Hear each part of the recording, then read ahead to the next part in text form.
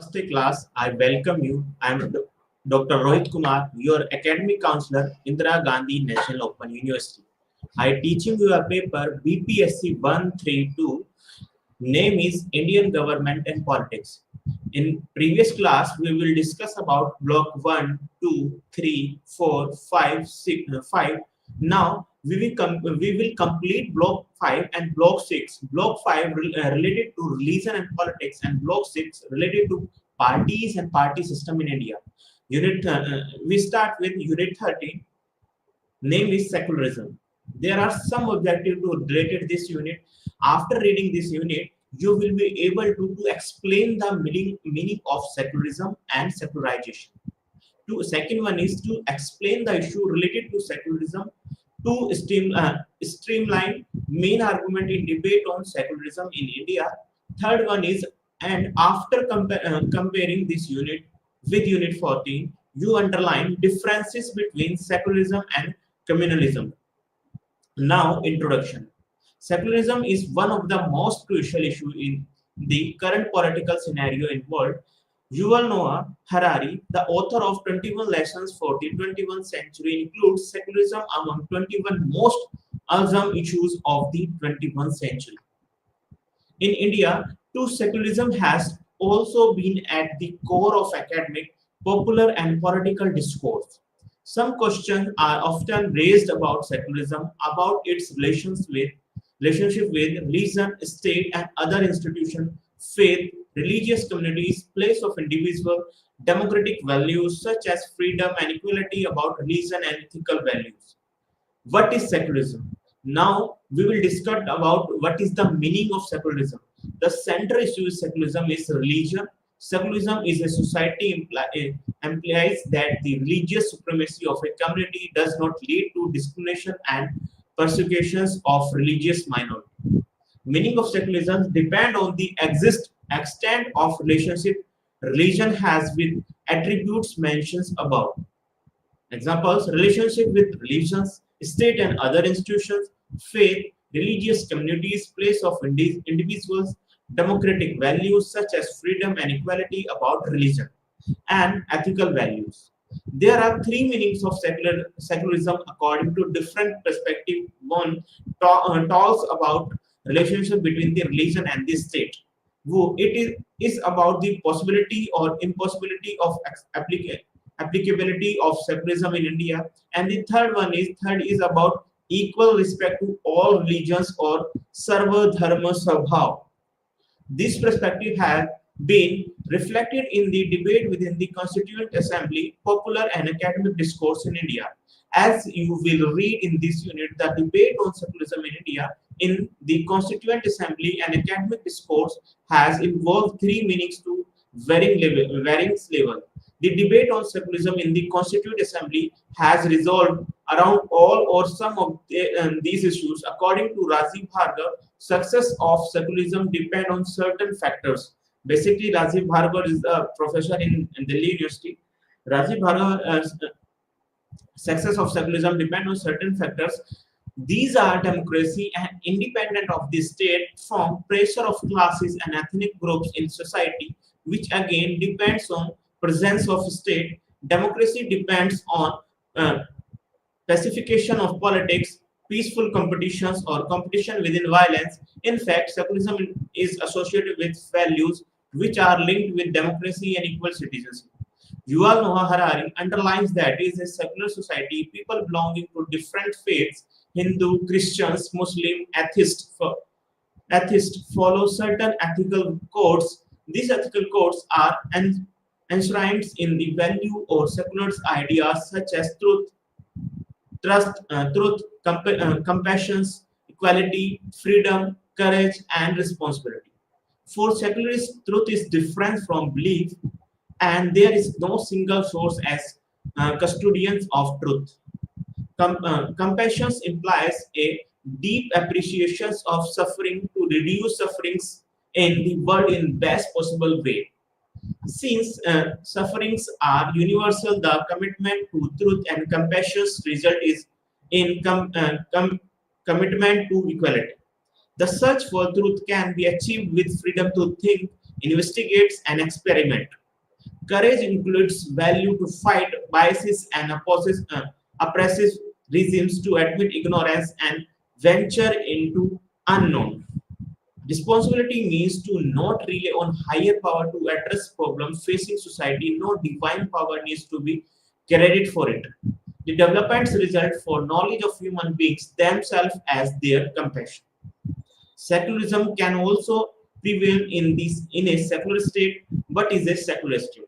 In D. E. Smith's model in India as a secular state can be identified by its dealing with three subjects: inclusion of state in relationship between individual and the religion, basically religious liberty, and relations between individuals and state in which religion is excluded, individuals as citizens, and state neutrality.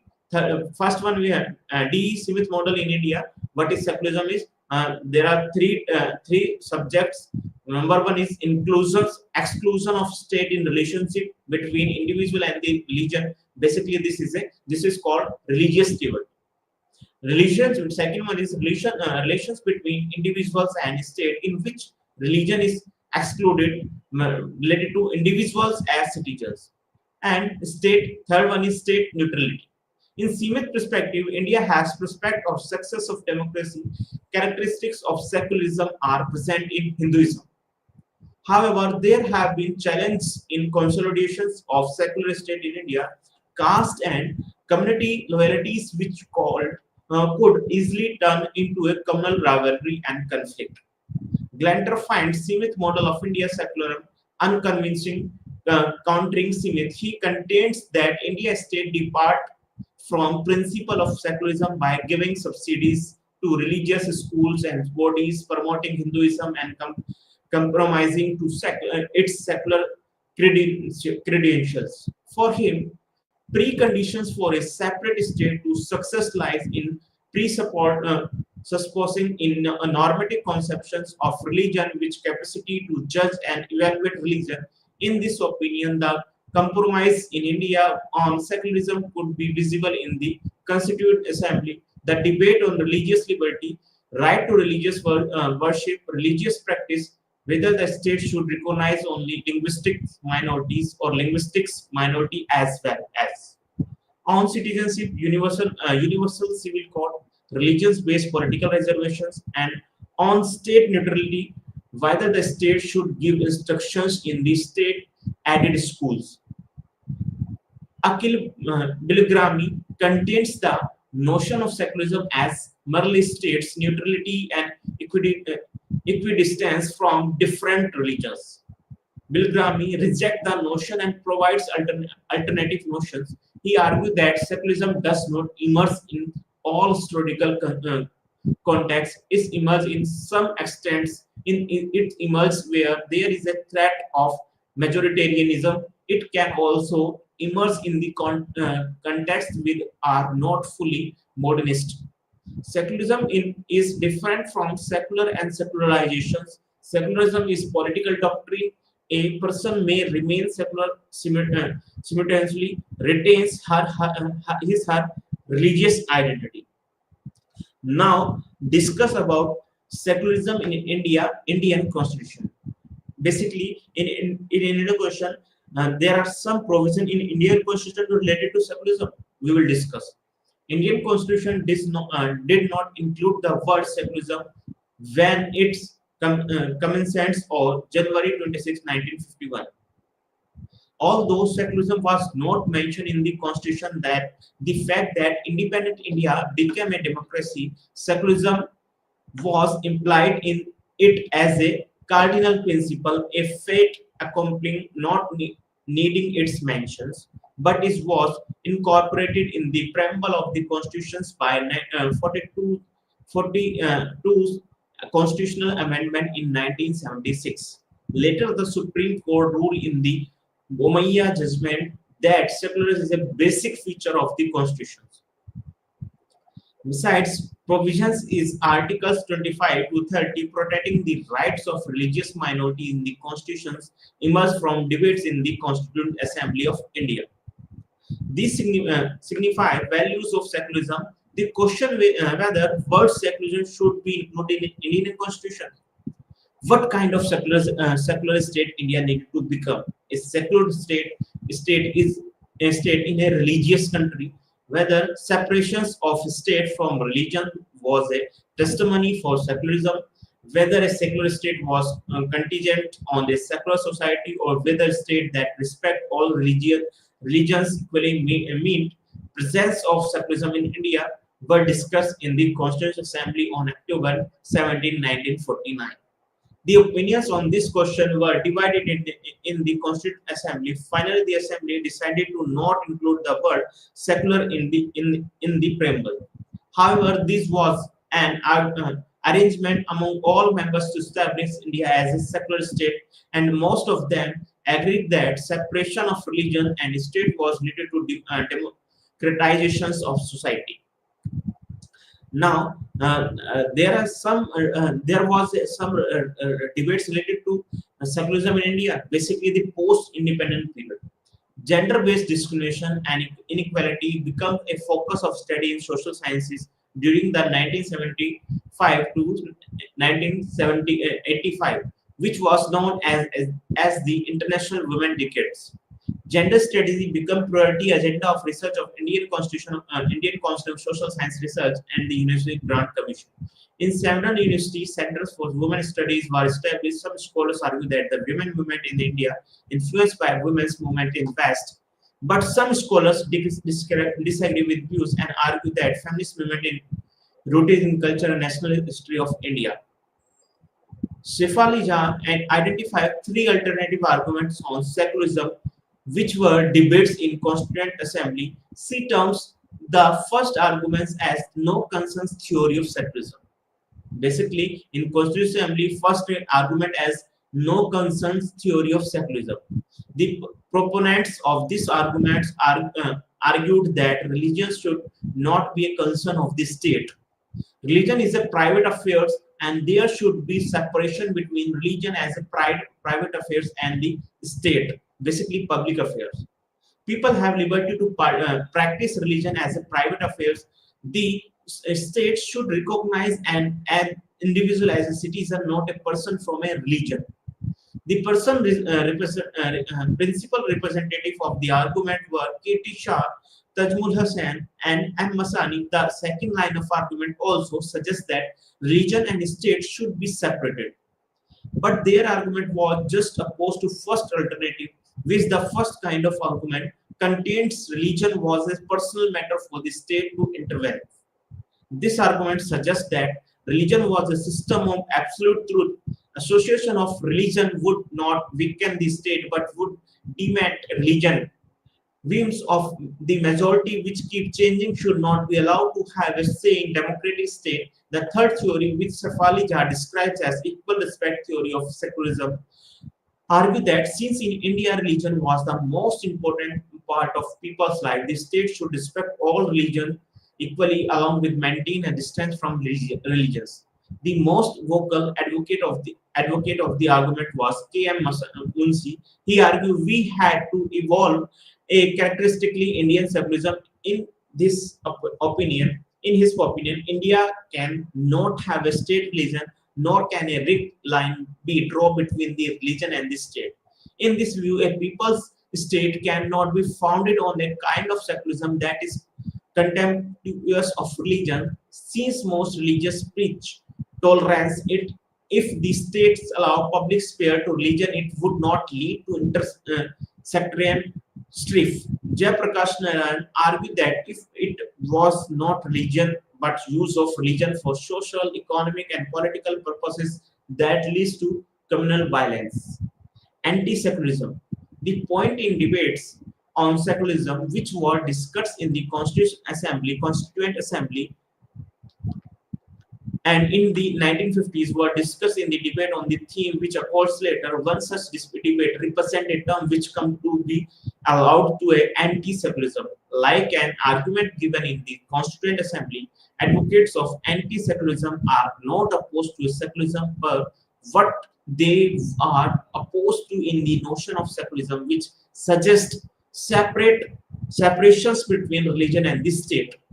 They are critical of both communal fundamentalist Hindutva and secularist.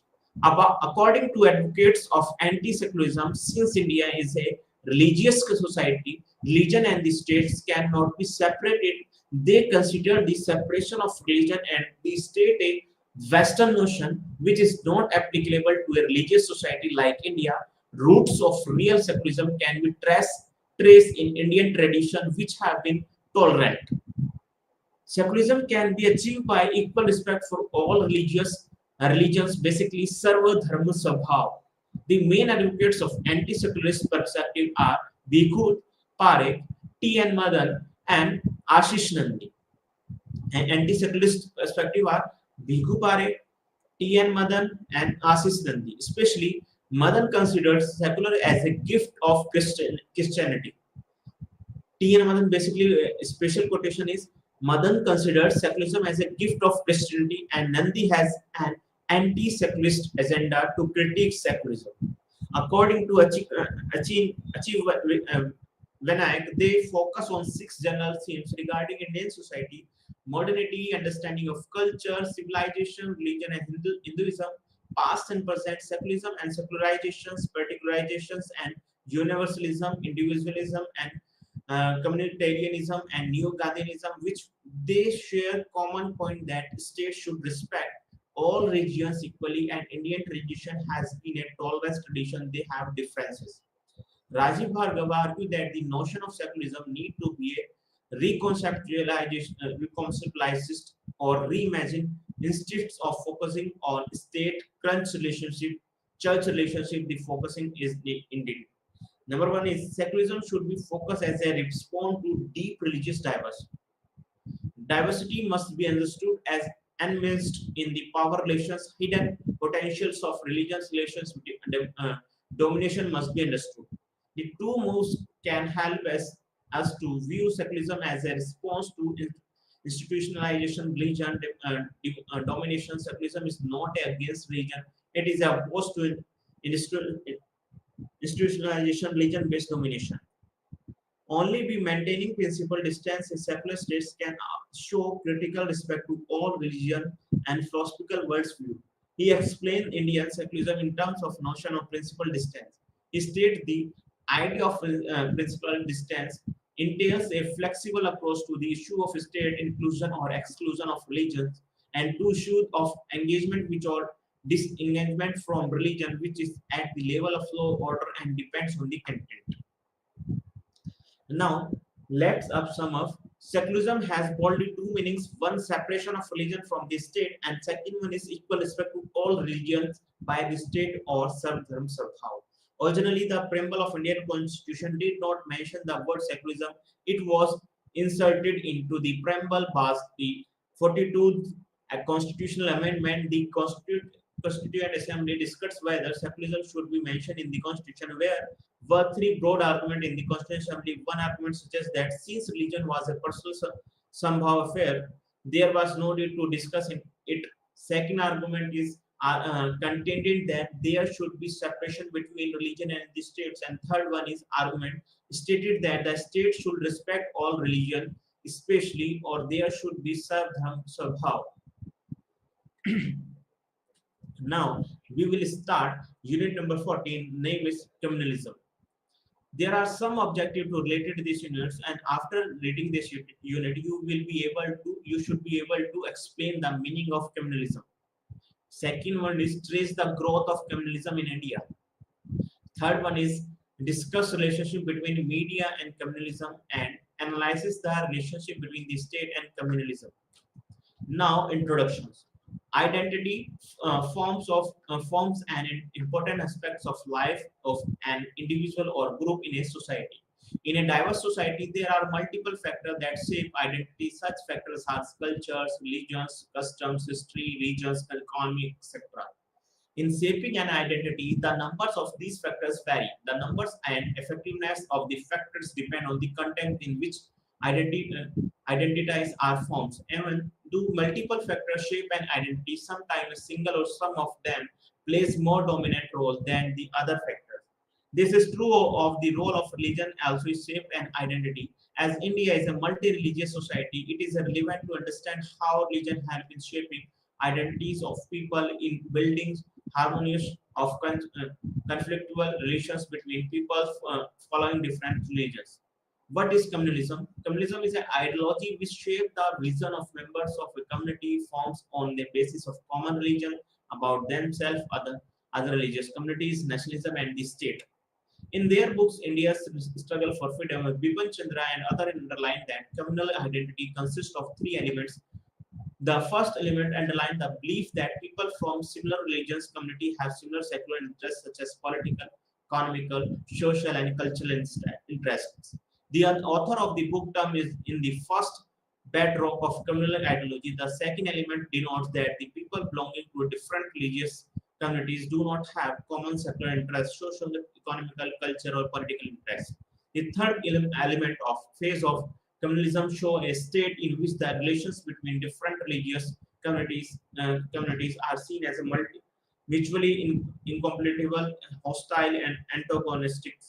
Communalism is linked to another concept, communal violence. Both are different but interrelated. Communalism is a consequence, and when the consequence gets expressed in terms of violence between two different religious communities, it is called communal violence. Different religious communities do not become communal on their own, nor do their relations turn into a communal violence automatically. Religious communities are turned into a communal communities by certain sections of society, and they can convert religions between such communities into a communal roots. Such sections can be political leaders, activists, middle class, or community leaders. They explain to the members of their respective community that there are other communities responsible for their problems.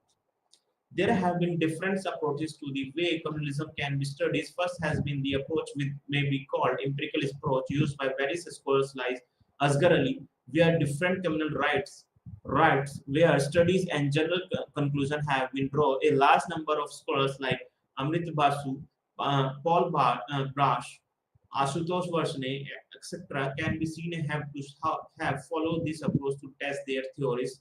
The second approach has been materialistic approach, which argued for the foregrounding the study and underlying the social conditions, which includes the roles and nature of the state's material condition in which community formations are taking place, etc. To understand the formation of ideology of communalism, the episodes of communal violence and studies as a reflection of these fundamental sections, K.T. Shah, Vipin Chandra, Achik Vanick, C.P. Bhambari, Aditya Mukherjee can be seen as the practitioners of this approach. A third approach has been the essentialist approach, where the communities are already seen to be different, living across fault lines which essentially separate and define mutual relationship. Huntington, the American political scientist, in this very celebrated book, Clash of Civilizations, has present on outline of such approach. One second.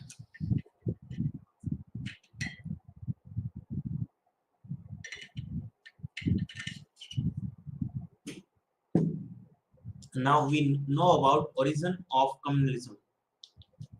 Communism as a belief or an ideology has been the product of the colonial rule in India. In this sense, it is a product of modern time in India.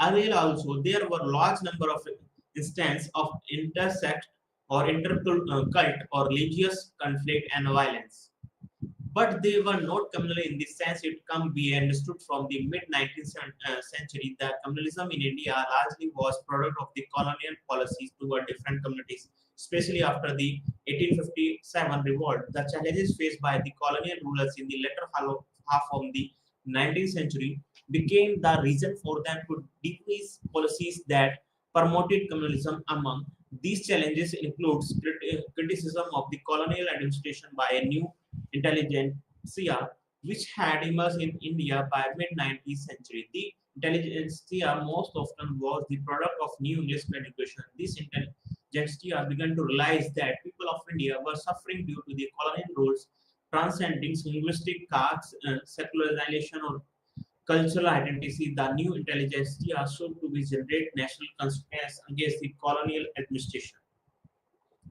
The colonial authorities' response to the challenge of the growing national consciousness being generated by the efforts of new intel- intelligentsia through the following strategies: debunking the nation's notion that who have multiple diversities could be united as a nation by creating a colonial knowledge and by highlighting differences among people which exist on the basis of religion, caste, language, etc., and by introducing religion basis representation in the legislative political bodies as a part of such knowledge. James Mill wrote a book, the book History of British India, in which he argued that the history of India can be divided on the basis of religion into three periods: ancient, medieval, and modern. Mill contended that ancient period in India's history symbolized India's golden period when she was then ruled by the Hindus. In medieval period, the Muslim invaders destroyed the glorious ancient Indian history and established Muslim rule.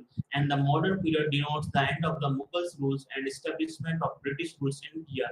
Such periodization of Indian history has been used by the communal historians and the colonial authority to divide the society or communal alliances, as most of the intelligentsia come from the upper crust of the Hindu society. Its growth and ideas could be shown to be detrimental to the interest of Muslim by the Muslim intelligentsia traditional elite.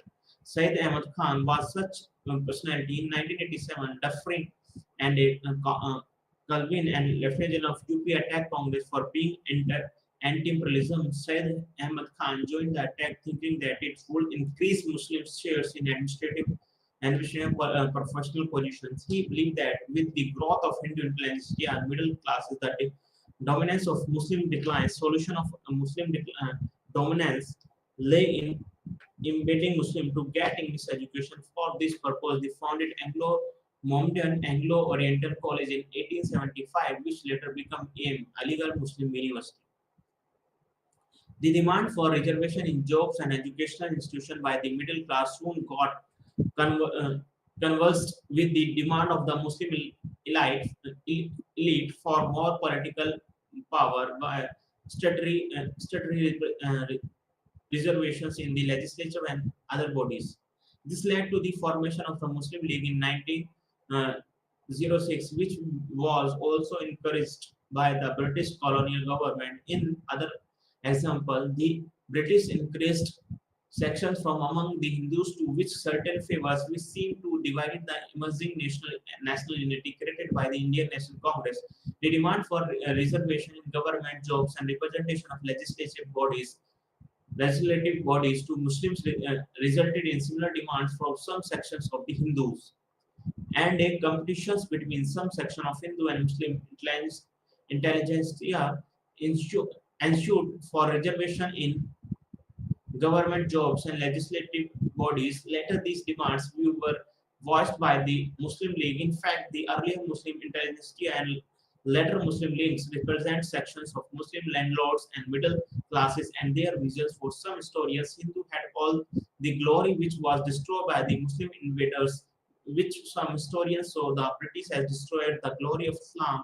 According to them, the Islamic glory had to be restored once again. In comparison to Hindus, the rise of Muslim education in English was limited. Educated Hindus and Muslims competed for government jobs. It gave a fling among some sections of the new elite middle class from both communities that become of the other community. They were not getting jobs and representation in political institutions. The Hindus views that their interests were antagonistic to Muslims' interest and vice versa. As you have read above, in communalism, the secular interests of different religions community are antagonistic. Thus, communism is Indian grew between the late 19th century and partition of the country. Communalism and the state. Communalism often lead to communal violence between different religious communities. There are several examples of communal violence in India. Communal violence in India also result of intermingling of religion and politics. In the post-independent India, communalism has become part of the competitive electoral politics. According to K. N. Panikar, politics and communalism has become complementary, reinforcing each other in the post-independent periods. It can devise policy which can either stop or encourage communalism. It can also play part. Partisans' role in communal politics. The nature of the state roles of communalism depends on the nature of pressure of social groups on it and composition of the personnel in the state institution and political contexts. Thus, the state functions under the pressure of different social groups and classes. There also include religious communities, as you have read about the colonial rule promote religious divisions. The policy was based on preferential treatment and discrimination. According to C.P. Bhamri, the post-independent periods inherited the legacy of religious backwardness and religious conflict. The context of pre-independent period, the state attitude of preference and discrimination meditations by the British in the 1940s between the separatists and nationalists become the context of the post-independence in India. Communalism and media. Media in both its traditional and newer forms help in ideology and ideas to separate as has been discussed in the rise of public space by Jurgen Habermas in the context of Europe, the public associations, clubs, public gatherings, and later on print media, which includes newspaper, novels, textbooks, etc., have also helped many ideas to spread.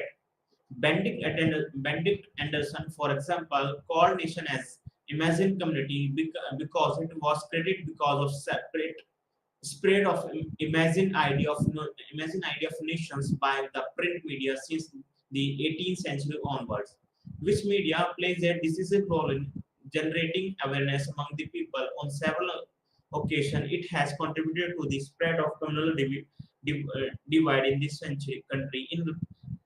In relation to communalism in India, the media plays an influential role in creating and separate of communalism. It's becomes crucial in reporting, explaining, and commenting on communal rights or violence, about the reason for occurrence of communal violence, role of leaders of different communities and politicians. The media includes print media, newspaper, magazines, and electronic media and social media. In the recent past, fake news have become quite frequent to arouse communal passions in the society. Many reports in the media are biased based on rumors and unverified facts. The social media, for example, has a reach with very few previous media has in the past. It is also not controlled through censorship and other ways, and therefore any news or information which may cause violence or animosity and among a different group of people travel rapidly. Now, moving on to last unit related to parties and party system. Basically, party and party system in India, South India, North India, East India, etc. There are some objectives related to this unit. After reading this unit, you will be able to one second.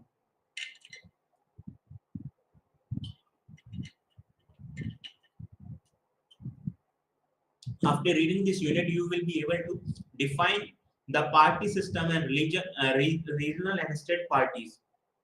Explain the dominant party system in different eras. Differentiate the era of Congress dominance to the breakdown of the Congress system.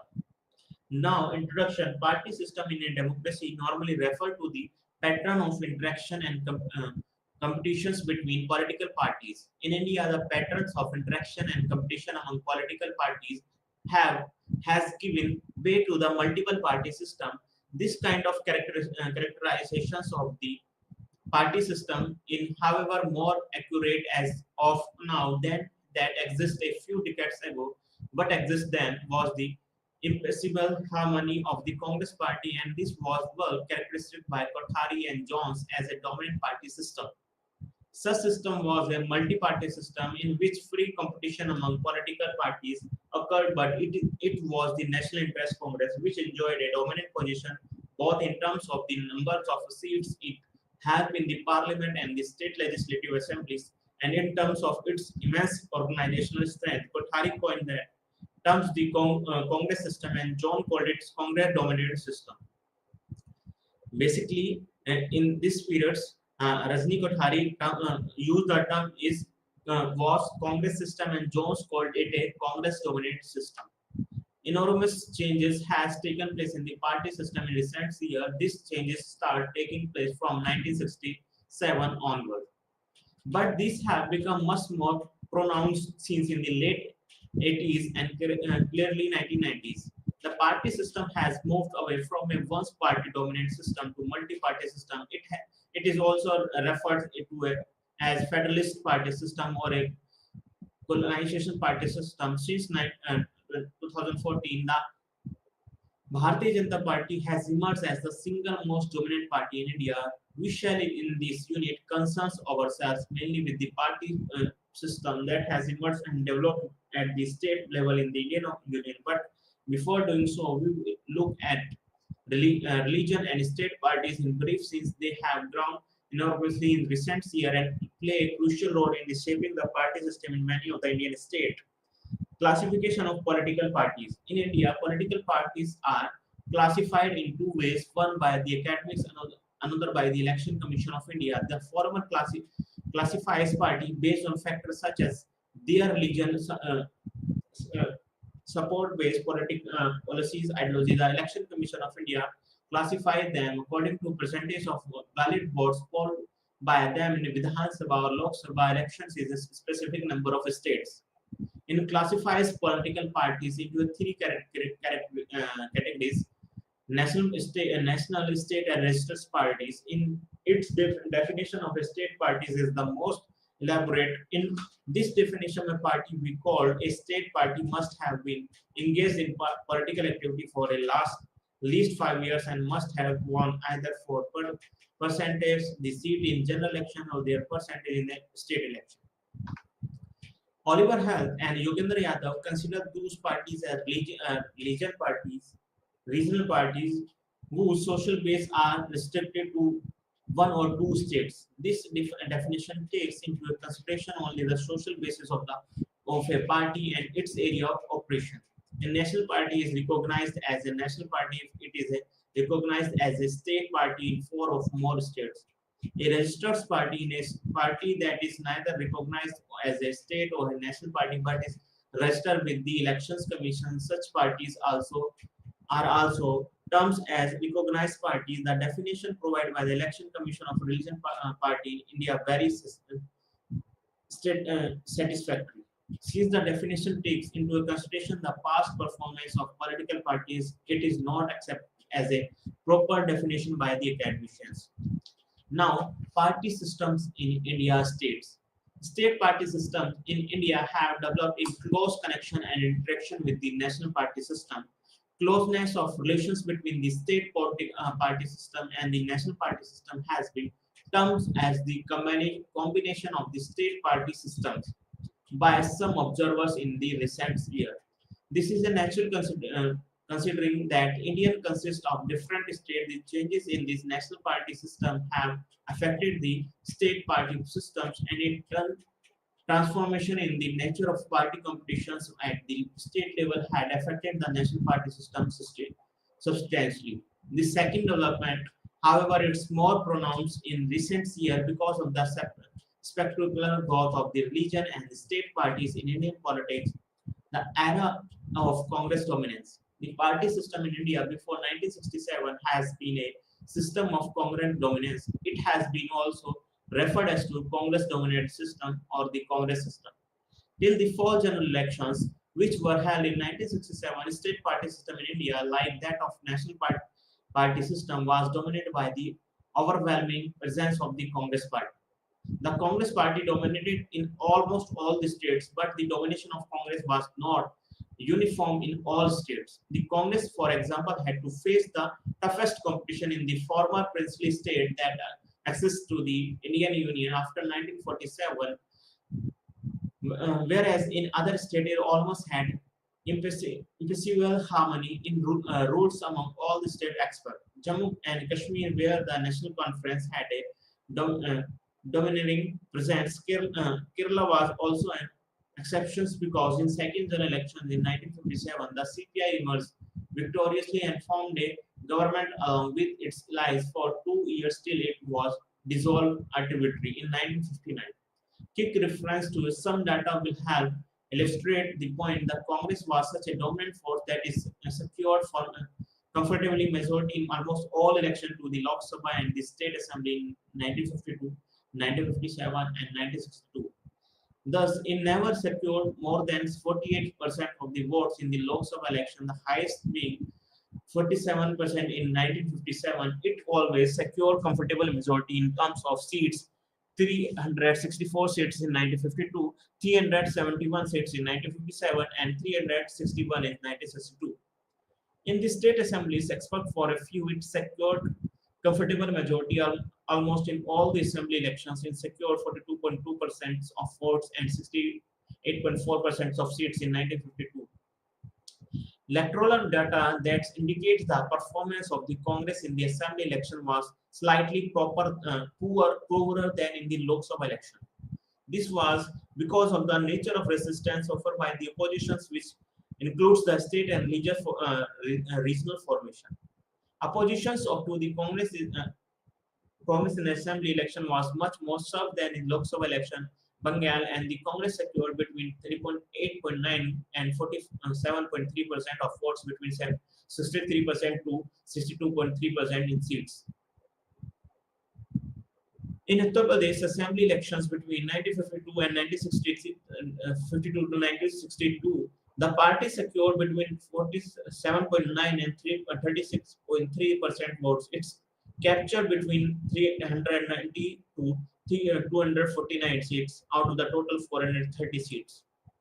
Thus, it is clear that the Congress party enjoys the dominant position in the electoral politics of the states in Indian Union, even though it was hardly able to secure the majority of the votes. In fact, it won a majority of seats in the assemblies of all the states on the basis of um, plurality of votes against a fragmented opposition.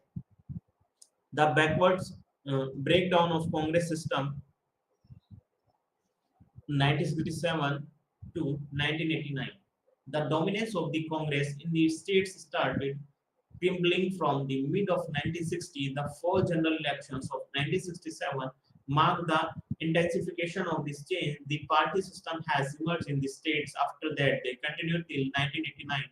May be referred to a bipolarized one is which a weak Congress party was confronted with a united opposition in most of the states. The following pattern of bipolarization was seen in the states for a general election in the period from 1967 to 1989. In Madhya Pradesh, Rajasthan, Himachal Pradesh, and Delhi, the competition was between the Congress and BGS and BJP. In Kerala, Tripura, and West Bengal. The competition has been between the Congress and left.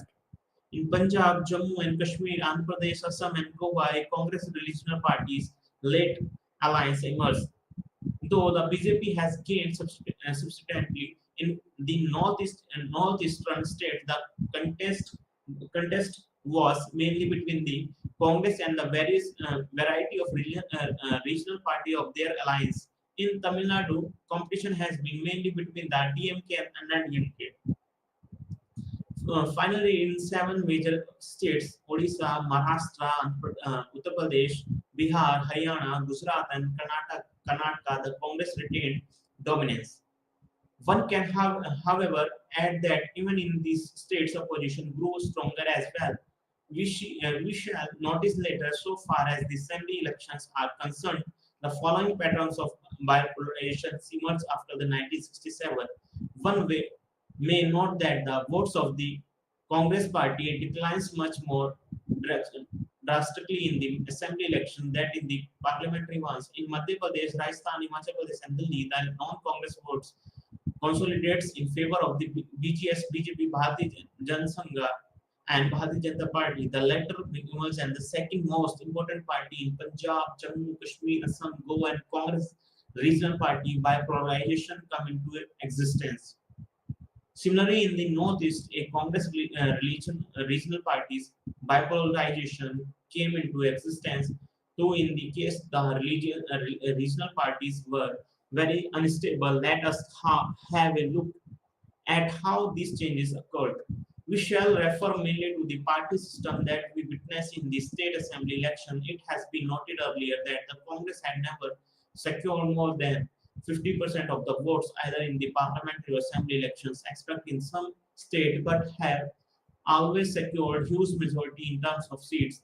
That is indicative of the fact that through significant position to the Congress exists at the state level due to the fragmentation in their ranks and because of the rule association with the first past and the post system, the Congress always emerged victorious in terms of seats. The 1967 election, in fact, put an end at least for a temporary period to this disparity in the opposition. The post 1960s period saw the emergence of the anti-Congress alliance in the state. After that, hits altered the nature of the consist, particularly for the assemblies. This development resulted in the defeat for the Congresses and many as out of the 16 seats of the United Indian Union. There were also a marked decline in the vote share of the Congress party in the parliamentary election from in the legislative assembly towards fragmentations of the state party system 1989 onwards.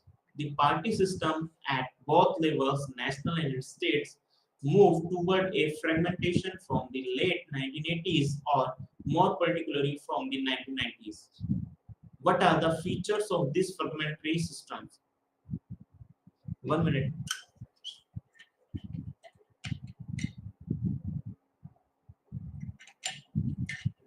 At the national level, there has been an end of the one party dominance and the movement towards a multi party system. As you have read earlier, this trend started in 1967 at the state level. However, the states that exist in the states are different from the national level. Many states have moved towards a two-party system, and probably this is the most prominent feature of party competition at the state level. At the national level, since the 1990s, the competition has narrowed down to two different alliances led by the BJP and other by the Congress. At the state level, the competition parties different from state to state, but in the most of the state is a two-party system. In many states, it is a multi-party system where the important contenders are the Congress, the BJP, and the state or regional parties. In some of the states, competition is primarily between states or regional parties. Thus, national parties also occupy a significant space in those states. Now, let us turn into the reasons behind the emergence of this kind of system in this state. There are multiple causes, but the most important of them are the decline of the Congress in the states and the spectacular growth of the BJP popularity in Hindi hatred and some other states, and thirdly, the growth to prominence of the religion and state parties. As mentioned earlier, these trends have started much before the 1990s. Let us have a brief look at all this development which preceded trends of the 1990s in brief and then turned into a silent feature of the party system that have emerged in the states since 1989. Although the Congress party had started declining since the late 1960s in the states, this decline became much more prominent in the late 1980s. We have seen earlier that the Congress had enjoyed dominance at the state level for more than 2 decades gradually started declining after the death of Nehru. The decline of Congress became more spectacular after Indira Gandhi assumed the leadership of the party. These are numerous explanations from the Joya Hassan, for example, has argued that the Congress declined because of its inability to maintain the political basis of its coalition. And it is true that the party ability to mobilize voters at the lower level during the elections, whether it is state assembly or it is parliament elections, declining significantly in the late 1980s and the 1990s. Thus, the Congress became a much reduced force at the state level since the late 1980s. The share of votes and seats the Congress captured in the Lok Sabha and more particularly in the assembly election in the state sharply declined in the last decade of the 20th century. It for often in the assembly election, it's some of the prominent states which have illustrate the point. In the state of Uttar Pradesh, the biggest of the Indian state, the Congress remained a much reduced force with its vote share declining from 15% in 1993 to 8.9.6% in 2002. In Andhra Pradesh, the largest of the South Indian state, the Congress returns into power in 1989, but its roots in 1994 elections remained in opposition till of 2004. In Bihar, the votes of the percentage of the Congress slumped it from 24.78% in 1990s to 11% in 2000, and the seats from 71 to 23 in the same period. As a result, they have increased their presence in the national legislature since the 1996 elections, and due to this, they have come to play a very crucial role in the making and unmaking of government at the central level. Election data indicate that these parties have secured an increasing presence in the Lok Sabha. In 1991, the regional parties, including some state parties, occupied occupied occupied 56 seats, whether in 1996 they come to occupy 137 seats, 161 seats in 1998, and the 188 seats in 1999. The increase in their strength in the state assembly in recent years is much more remarkable. In 2002, it is many of 12 seats. Wait.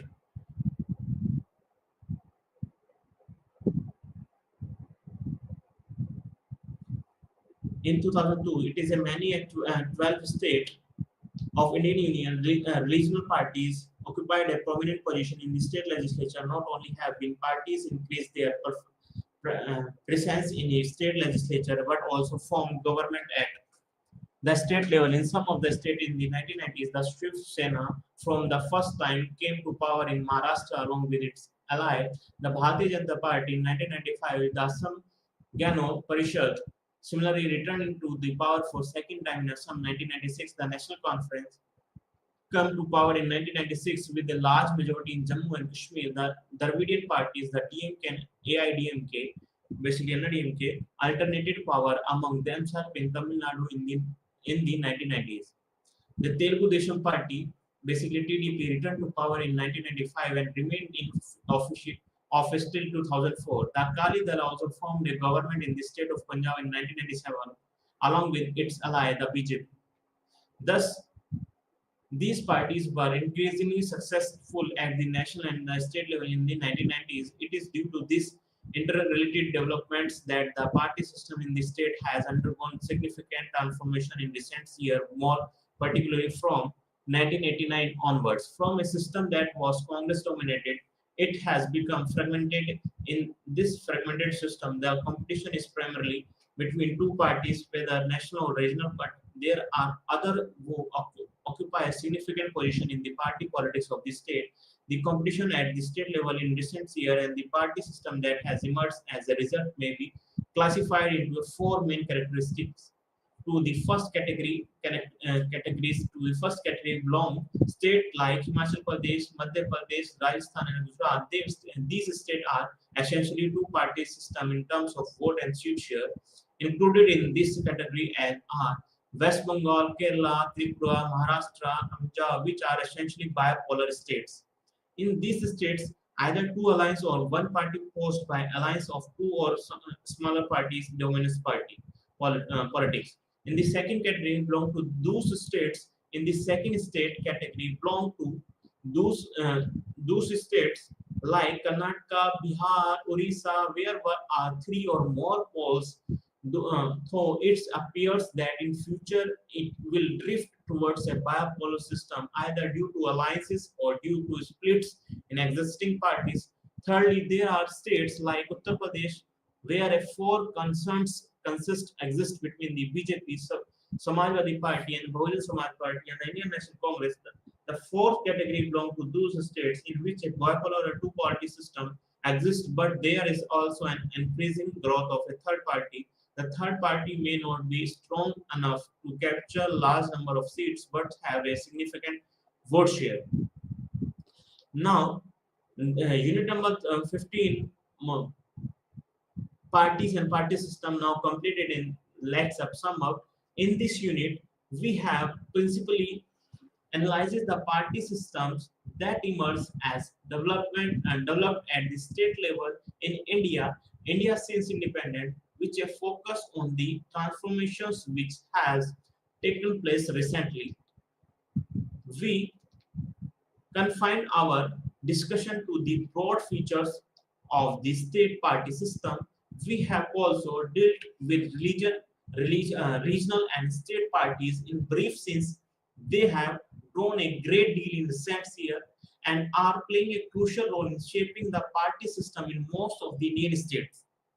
We have noticed that the supremacy of the Congress party that exists for a few decades after independence and the center and the state parties and the states has become to an end. The party systems change from one dominant system to multi-party system at the national level. A system that is noticeable by the presence of dwindling Congress party, a significant but inadequate expansions of the Bharatiya Janata Party, and an enormous increase in the strength of regional and state party in national politics. The changes started taking place since 1967 onward, but have become much more pronounced since the last 2 decades. Parallel to these changes at the national level, significant changes has taken place in recent year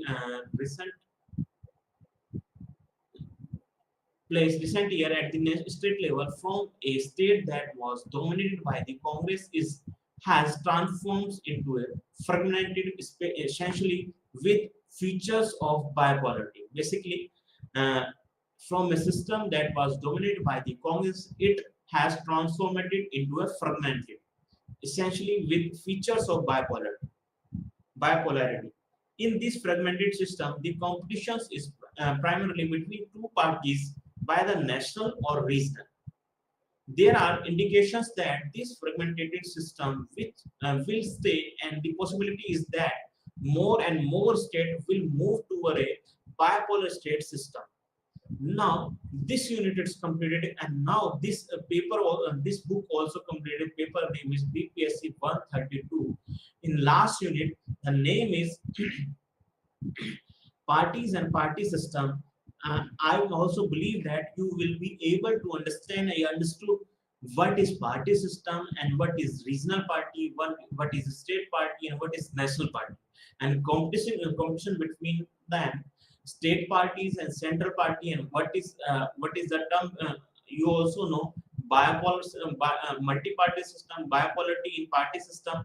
You also know, and you also know about the Congress dominant system and the fragmented political system, yeah, party system in India. And unit number 14, you know about the uh, communalism. The basic objective is explain the meaning of communalism.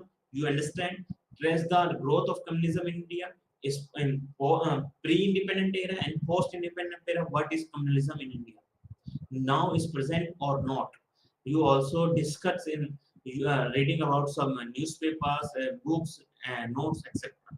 Discuss relationship between media and communism, and also we will discuss about what is the role of media to spread the idea of communism and the hatred between society, fake news, unfiltered news like social media, Facebook, WhatsApp, Twitter, etc. Analyzes the relationship between the state and communism. And the unit number unit number 13, secularism. There are some objectives related to secularism and secularizations. Now, this paper BPSC 132, Indian government and politics, today is completed. Now we will meet again new paper related to political science. We will discuss some narrow discuss and deep discuss about these topics. Till now, you read and watch this video and read books, notes, newspapers, article to know about Indian government and politics. What is, and there are some course contents: block 1, 2, 3, 4, 5, and 6. Approaches to study Indian politics. Second, related to Indian constitution. Third one is institutions. Fourth one is society and politics, and fifth one religion and politics. Now, namaste. We will meet again in next class with new paper. Thank you so much. Namaste.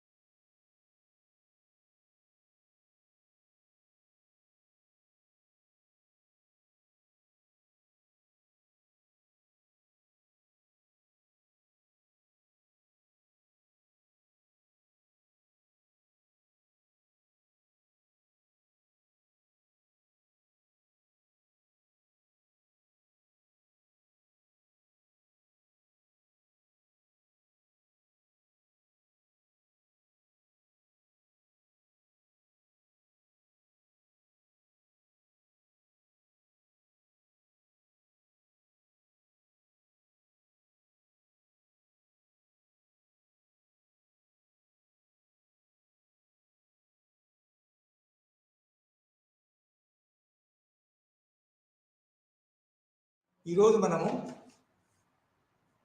ఒక కొత్త టాపిక్ని ప్రారంభిస్తాం. ఇదివరకు మనము అంతర్జాతీయ సంబంధాల్లో ముఖ్యంగా ఉన్న విషయాలు, భావనలు, కానీ దానికంటే ముందు అసలు ఒక అంతర్జాతీయ వ్యవస్థ, అంతర్జాతీయ సంస్థ, అంతర్జాతీయ వ్యవస్థ అనేది ఏ విధంగా మొట్టమొదటి నుంచి అభివృద్ధి చెందింది అనేది కూడా మనము నేర్చుకున్నాం. నిజానికి నాగరికత, ప్రపంచ నాగరికత ముఖ్యంగా ప్రపంచంలో ఆదిమ స్థాయి నుంచి, ఆది మానవుని స్థాయి నుంచి ఏ విధంగా ఈనాటి వరకు అభివృద్ధి అయిన పరిస్థితులు, దానికి సమాంతరంగా అంతర్జాతీయ వ్యవస్థ, అంటే అంతర్జాతీయ వ్యవస్థ అని ఎప్పుడంటే మనం కొంచెం ఆర్గనైజ్డ్ జీవితాన్ని గడిపినప్పుడు అది వ్యవస్థ అనే అంటారు. దానికి కొన్ని రూల్స్ ఉంటాయి. ఆ వ్యవస్థలో జీవించే మన వ్యక్తులు మరియు దేశాలు, ప్రజా సమూహాలు ఏ విధంగా మన జీవించాలి, ఏ విధంగా ఒకరికొకరు సహకరించుకోవాలి, ఏ విధంగా ఒకరికొకరు కొట్లాడుకోకుండా, చంపుకోకుండా జీవించాలి, ఒకరి సంక్షేమం ఇంకొకరు చూసుకోవాలి, ఒకరి లేని, ఒక దేశంలో లేని, ఒక ప్రజా సమూహం లేని వస్తువులను, అవసరాలను ఇంకొక దేశము పరిపూరించాలి.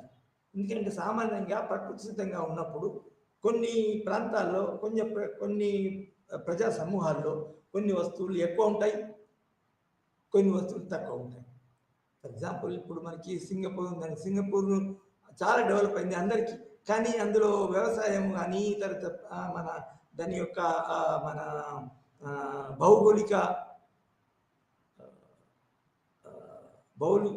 భౌగోళికంగా నిజానికి అంత భూభాగము లేదు. సో చాలా లోపాలు ఉన్నాయి. అయితే ఆ విధంగా ఉన్న లోపాలు అంటే పర్టికులర్గా వ్యవసాయ అవసరాలు, తిండి గింజలు, తిండి అవసరాలు అది ఇంకొకరి నుంచి తీసుకొచ్చుకుంటారు. అదేవిధంగా నిజానికి ఒకరి అవసరాలు ఇంకొక ప్రజా సమూహం నుంచి, ఇంకొక దేశం నుంచి తీరుతాయనే భావనతో, తీరుతాయనే అండర్స్టాండింగ్తో నిజానికి ఒకరికొకరు మసులుకోవాలా, ఒకరు సహకరించుకోవాలా, సహకరించుకోవాలా. ఆ సహకరించుకొని ఏ విధంగా సహకరించుకోవాలని చెప్పేదే ఒక వ్యవస్థ అన్నట్టు, ఒక మధ్యవర్తి. ఫర్ ఎగ్జాంపుల్ 1914 వరకు, 1914 వరకు నిజానికి అరాచక పరిస్థితులు ఉండటం వల్లనే, అంటే అటువంటి సరి అయిన మన పద్ధతిలో ఒక అంతర్జాతీయ వ్యవస్థ జాతులన్నిటికీ కలిపి ఒక విధంగా ఇండైరెక్ట్గా పాలించే వ్యవస్థ లేకపోవడం వల్లనే నిజానికి 1914లో మొదటి ప్రపంచ యుద్ధం జరిగింది. 1914 నుంచి 1918 వరకు ఈ మొదటి ప్రపంచ యుద్ధం జరిగింది. అనేక విధాల అందులో పాల్గొన్న దేశాలు ప్రాణ నష్టము, తర్వాత వస్తు నష్టము, తర్వాత ధన నష్టము బాగా జరిగింది. సో అలా జరిగినప్పుడు ఏదో మరి కొంత కాలానికి ఏ విధంగానైనా కూడా నిజానికి ఒక వ్యవస్థ కానీ ఒక ట్రీటీ ఆఫ్ వర్సైల్స్ అనేదాన్ని దానికి ఏర్పరచుకున్నాడు. ఆ ట్రీటీ ఆఫ్ వర్సైల్స్ యొక్క ప్రిన్సిపల్స్కు అనుగుణంగానే నిజానికి ఈ నానాజాతి సమితి అనేది ప్రపంచ శాంతిని కాపాడడానికి, ప్రపంచ దేశాల మధ్యన మన వచ్చే ఘర్షణలను తక్కువ చేయడానికి, వాళ్ళ యొక్క తగాదాలను మన పరిష్కరించడానికి నిజానికి నానాజాతి సమితి ఏర్పడింది. సో ఆ విధంగా ఏ విధంగా మనము ఈ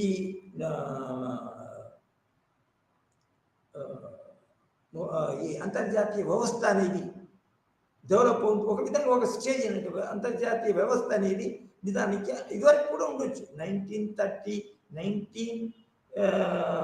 ఎయిటీన్ కంటే ముందు ట్రీటీ ఆఫ్ వర్సెల్స్ కంటే ముందు 1919లో ట్రీటీ వర్సెల్స్ అయింది. దానికంటే ముందు కూడా దానికి ఒక రకమైన వ్యవస్థ ఉంది. ఇది చిన్న దేశాలు పెద్ద వ్యవస్థ, చిన్న దేశాలు పెద్ద దేశాలతో ఏ విధంగా ఉండాలా అనే వ్యవస్థ. కానీ అది ఆ వ్యవస్థ అనేది మన నానాజాతి సమితి చేరే వరకు ఒక విధంగా ఒక గట్టి అయింది చెప్పవచ్చు.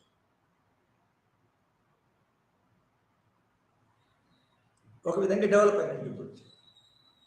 మళ్ళీ ఆ డెవలప్ అయిన తర్వాత కానీ నిజానికి 1939 నుంచి మరి 1918 నుంచి నిజానికి 1939 అంటే రెండవ ప్రపంచ యుద్ధము అయ్యేంత వరకు నిజానికి యుద్ధాలు జరగలేదు.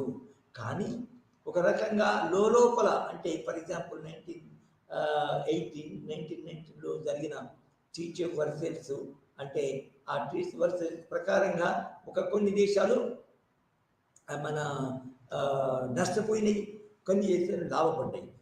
నష్టపోయిన దేశాలు అవి వాటికి నష్టమైనది ఎప్పటికీ పరిష్కరించు ఆ కసి ఏ విధంగా ఆ దానికి నష్టపరిహారం ఏ విధంగా తెచ్చుకోవాలని చూసుకుంటూ ఉన్నాయి. అంటే దాని అర్థం ఏంటంటే 1990 నుంచి మన నానాజాతి సమితి ఏర్పడే నుంచి దానికి 1939 వరకు దేశాలు ఉన్నవి ఒక విధంగా మన యుద్ధం లేని పరిస్థితిలో ఉన్నది. కానీ వాటి మధ్యన ఇంకా ఉన్న డిఫరెన్సెస్ అది నిజానికి పరిష్కారం కాలేదు. అందువల్లనే నిజానికి దాన్ని 1939లో యుద్ధం జరిగిందని చెప్పవచ్చు. ఎందుకంటే 1939 యుద్ధం ఎందుకు జరిగిందంటే ముఖ్యంగా మొదటి ప్రపంచ యుద్ధంలో మన యుద్ధ పరిష్కారానికి మన ఉపయోగపడ్డ ఇది ట్రీటీ ఆఫ్ వర్సెల్స్లో ఆ ట్రీటీ ఆఫ్ వర్సెల్స్లో జర్మనీ తర్వాత ఇతర దేశాలు ఇతర యాక్సిస్ పవర్స్ ఏవైతే నష్టపోయినాయి. ఆ నష్టపోయినందుకు నిజానికి మళ్ళా ఎప్పుడు అవకాశం వస్తుందో చూడడానికి ఉన్నాయి. సో అంటే దాని అర్థం ఏంటంటే అందులో ఈ మొదటి ప్రపంచ రెండవ ప్రపంచ యుద్ధం కారణానికి ముఖ్యమైన ఏంటంటే నానాజాతి సమితి అంతర్జాతీయ వ్యవస్థ ఏదైతే ప్రపంచ శాంతి ఇవి మన స్థిరపరచడానికి స్వతంత్ర శాంతిని కాపాడడానికి ఏర్పడ్డదో అది ఫెయిల్ అయింది. కొన్ని కారణాల వల్ల ఫెయిల్ అయింది. ఆ కారణాలు ఏంటివి అనేది నిజానికి పరిశీలించవలసి వస్తుంది. తర్వాత ఒకవేళ నానాజాతి మొదటి ప్రపంచ యుద్ధంలో ట్రీటీ ఆఫ్ వర్సెల్స్లో కొన్ని నష్టాలు పడ్డా కూడా కొంత నష్టపోయినా కూడా దానికి ఆ నష్టాన్ని ఏ విధంగా పరిష్కరించాలా, మన నష్టానికి మన కంపెన్సేషన్ నష్టపరిహారం ఏ విధంగా తెచ్చుకోవాలా, శాంతియుతంగా తెచ్చుకోవాలా అని ప్రయత్నించకుండా అప్పుడు మన జర్మనీలోని హిట్లరు, తర్వాత మన ఇటలీలోని మస్సలోని, తర్వాత ఇతరులు నిజానికి యుద్ధం ద్వారానే మన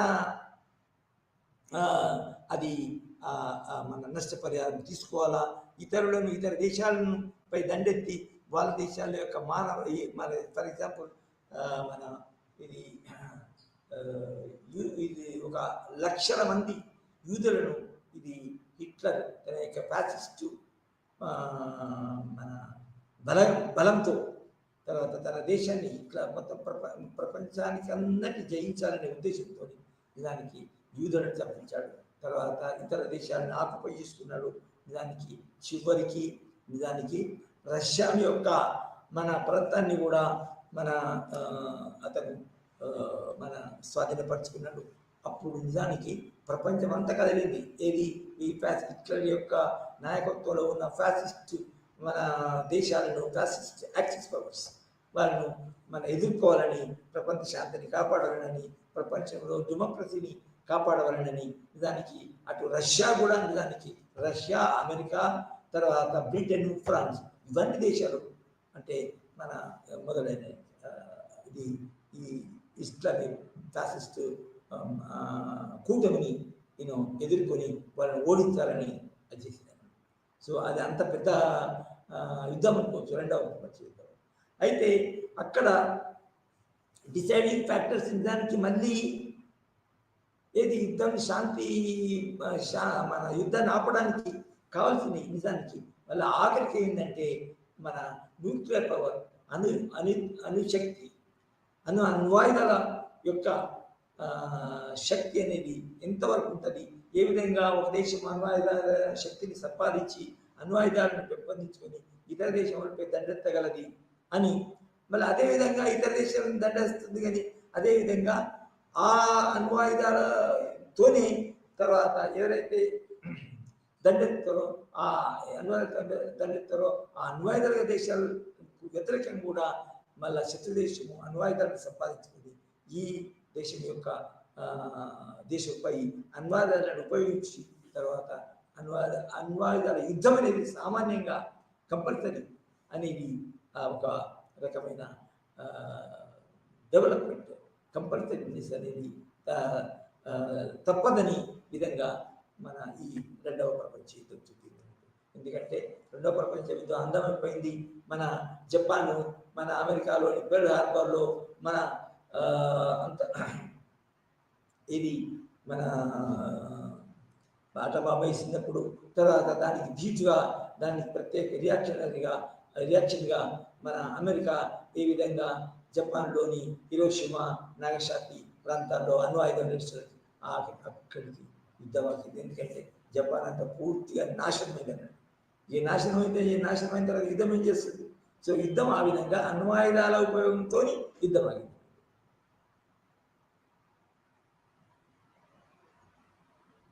సో కానీ మళ్ళా యుద్ధం ఆగిన తర్వాత అసలు అణ్వాయుధాలే యుద్ధం కాకూడదు, అణ్వాయుధాలనే ఉపయోగించకూడదు, ఆర్మ్స్ వేసి ఉండకూడదు. తర్వాత అణ్వాయుధాల ఉపయోగమే కాకుండా దానికి వట్టి ఆర్మ్స్ వేసుకుంటే దానికి కంట్రోల్ ఉండాలా అని చాలా కొత్త పాయింట్స్తో, కొత్త అండర్స్టాండింగ్తో, కొత్త భావనలతో, కొత్త ఆదర్శాలతో నిజానికి కొన్ని మన అంతర్జాతీయ నాయకులు ప్రపంచ శాంతిని కాపాడాలి, ప్రపంచ అభివృద్ధి, ప్రపంచంలో అందరి ప్రజలు, అందరి ప్రజా సమూహాలు బాగుపడాలనే ఉద్దేశంతో కొందరు అంతర్జాతీయ నాయకులు మేధావులు కలిసి దానికి కొత్త ప్రిన్సిపల్స్ని డెవలప్ చేయడం జరిగింది. ఆ కొత్త ప్రిన్సిపల్స్ యొక్క ఫలితమే కొత్త నాయకులు, అంతర్జాతీయ నాయకుల యొక్క మన చేసిన ప్రయత్నాల ఫలితమే నిజానికి ఈనాడు మనకున్న ఐక్యరాజ్య సమితి, యునైటెడ్ నేషన్స్ ఆర్గనైజేషన్, ఏదైతే యునైటెడ్ నేషన్స్ ఆర్గనైజేషన్ ఉన్నాయో అవి ముఖ్యంగా యునైటెడ్ నేషన్స్ ఆర్గనైజేషన్స్ యొక్క ముఖ్య ఉద్దేశం ఏంటంటే చిన్న దేశాలు కానీ పెద్ద దేశాలు కానీ తమ యొక్క సాంఘిక, ఆర్థిక, రాజకీయ అవసరాలను నిజానికి మన తీర్చుకోవడానికి, తమకు ఆర్థికంగా తర్వాత సాంకేతికంగా డెవలప్ కావడానికి తనకు తానే ప్రయత్నంగా చేయకుండా తర్వాత ఇతర దేశాలపై ఆధారపడి వాటికి మన లొంగి ఉండకుండా దానికి ఒక మధ్యవర్తిత్వ పాత్ర, ఒక పోషక పాత్ర అనేది దానికి మన ఈ యునైటెడ్ నేషన్స్ తర్వాత అంతర్జాతీయ వ్యవస్థ అయిన ఐక్యరాజ్య సమితి బాధ్యత తీసుకోవడం జరిగింది. అంటే ఏంటి అంటే ఫస్ట్ లొంగిపోవడం అనేది ఉండదు, లొంగ తీసుకోవడం ఉండదు.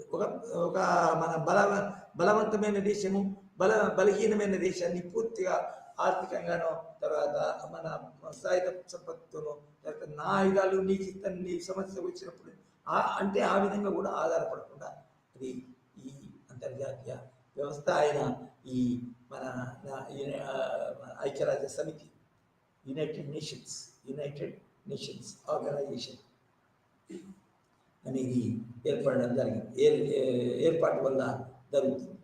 సో మనం ఇక్కడ చెప్పుకోవాల్సిందంటే అంతర్జాతీయ వ్యవస్థ అనేది కాన్స్టెంట్గా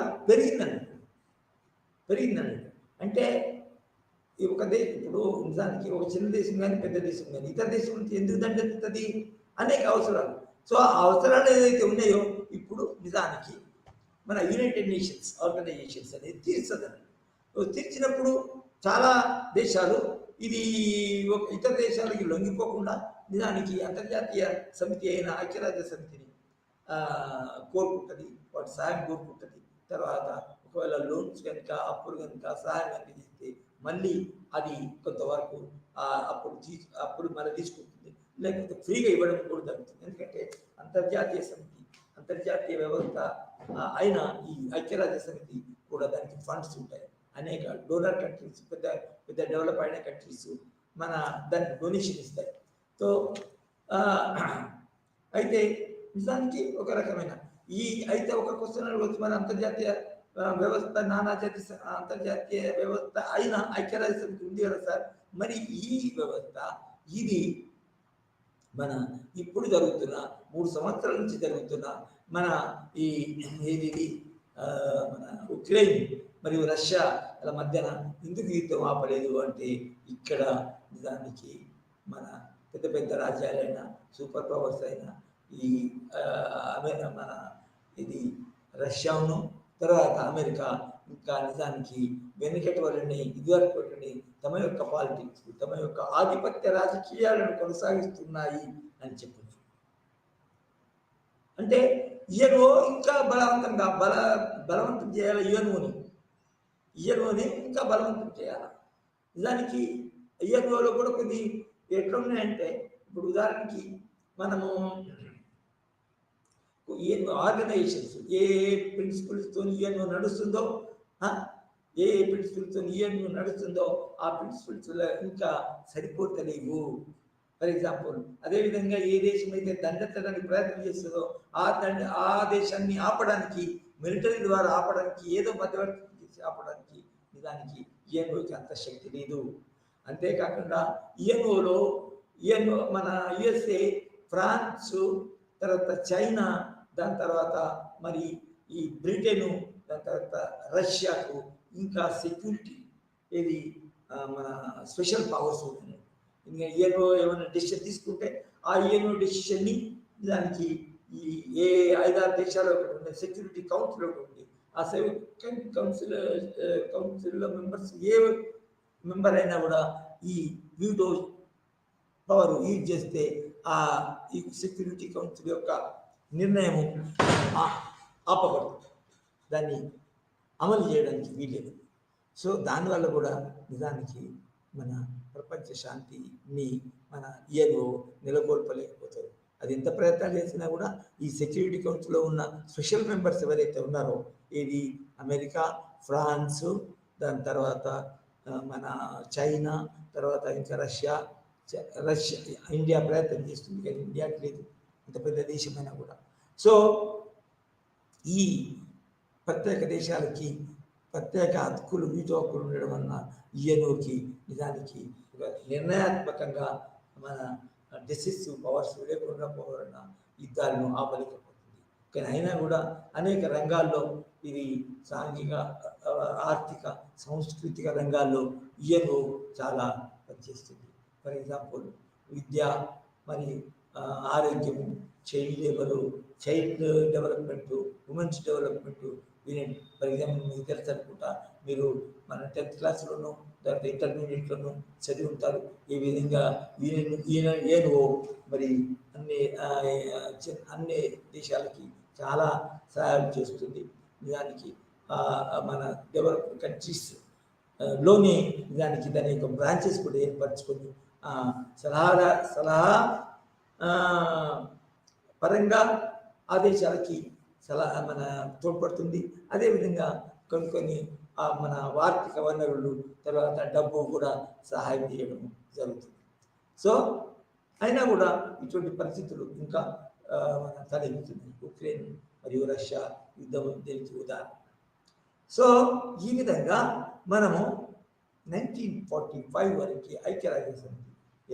అయితే ఇక్కడ మనము ఇంకా ముందుకు పోవాలి, ఎందుకంటే మనకి టైం చాలా తక్కువ ఉంది కాబట్టి ముందుకు ఎట్లా పోతామంటే, సో ఐక్యరాజ్య సమితి ఏర్పడిన తర్వాత ఇప్పుడు మిగిలిన దేశాలు ఏవైతే ఉన్నాయో మన అంతర్జాతీయ వ్యవస్థలో పెద్ద దేశాలు, చిన్న దేశాలు, తర్వాత పెద్ద దేశాల యొక్క అయితే ఇక్కడ మనం ముఖ్యంగా ఇంకొక డైనమిజం, ఇంకొక కోణాన్ని మనం బాగా చదవాల్సి ఉంటుంది. ఇంకా ఈ పరిస్థితి 1945లో తర్వాత ఐక్యరాజ్య సమితి ఏర్పడిన తర్వాత పరిస్థితి ఏంది, అంతర్జాతీయ పరిస్థితి ఏంది, ఏ దేశం ఎట్లా ఉంది, ఏ దేశము ఆధిక్యతలో ఉంది, ఏ దేశము తక్కువ దేశాలు ఉన్నాయి. అయితే ఇప్పుడు మనం ముఖ్యంగా గమనించైతే అంతర్జాతీయ 1945 తర్వాత ముఖ్యంగా యుఎస్ఏ అనేది చాలా పెద్ద ఆధిపత్య స్థితిలో ఉన్నది. ఎందుకంటే అది ఫస్ట్ లీడర్షిప్, రాజకీయంగా లీడర్షిప్ కూడా సంపాదించగలిగింది. ఎందుకంటే రెండవ ప్రపంచ యుద్ధంలో మన బ్రిటన్, ఫ్రాన్స్, తర్వాత ఇతర ఇంకేదే ఉండను మన సోవియట్ యూనియన్, ఈ దేశాలకు వీళ్ళు చేసిన యుద్ధంలో నిజంగా అమెరికా చాలా తోడ్పడ్డది. తర్వాత నష్టపోలేదు, బ్రిటన్ నష్టపోయింది, ఫ్రాన్స్ నష్టపోయింది, తర్వాత సోవియట్ యూనియన్ కూడా కొంతవరకు నష్టపోయింది. కానీ అమెరికా నష్టపోలేదు. పోకపోవడమే కాకుండా అది 1948లో ఒక కొత్త ఆధిపత్య బలవంతమైన మరియు ఆర్థిక వనరులు కలిగిన, తర్వాత మేధా సంపత్తి కలిగిన దేశం, మేధా సంపత్తి కలిగిన పాపులేషన్ ఉన్న దేశంగా ఎమర్జ్ అయింది.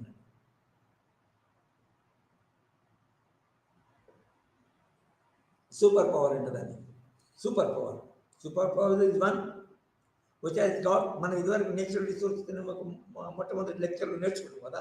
ఆ సూపర్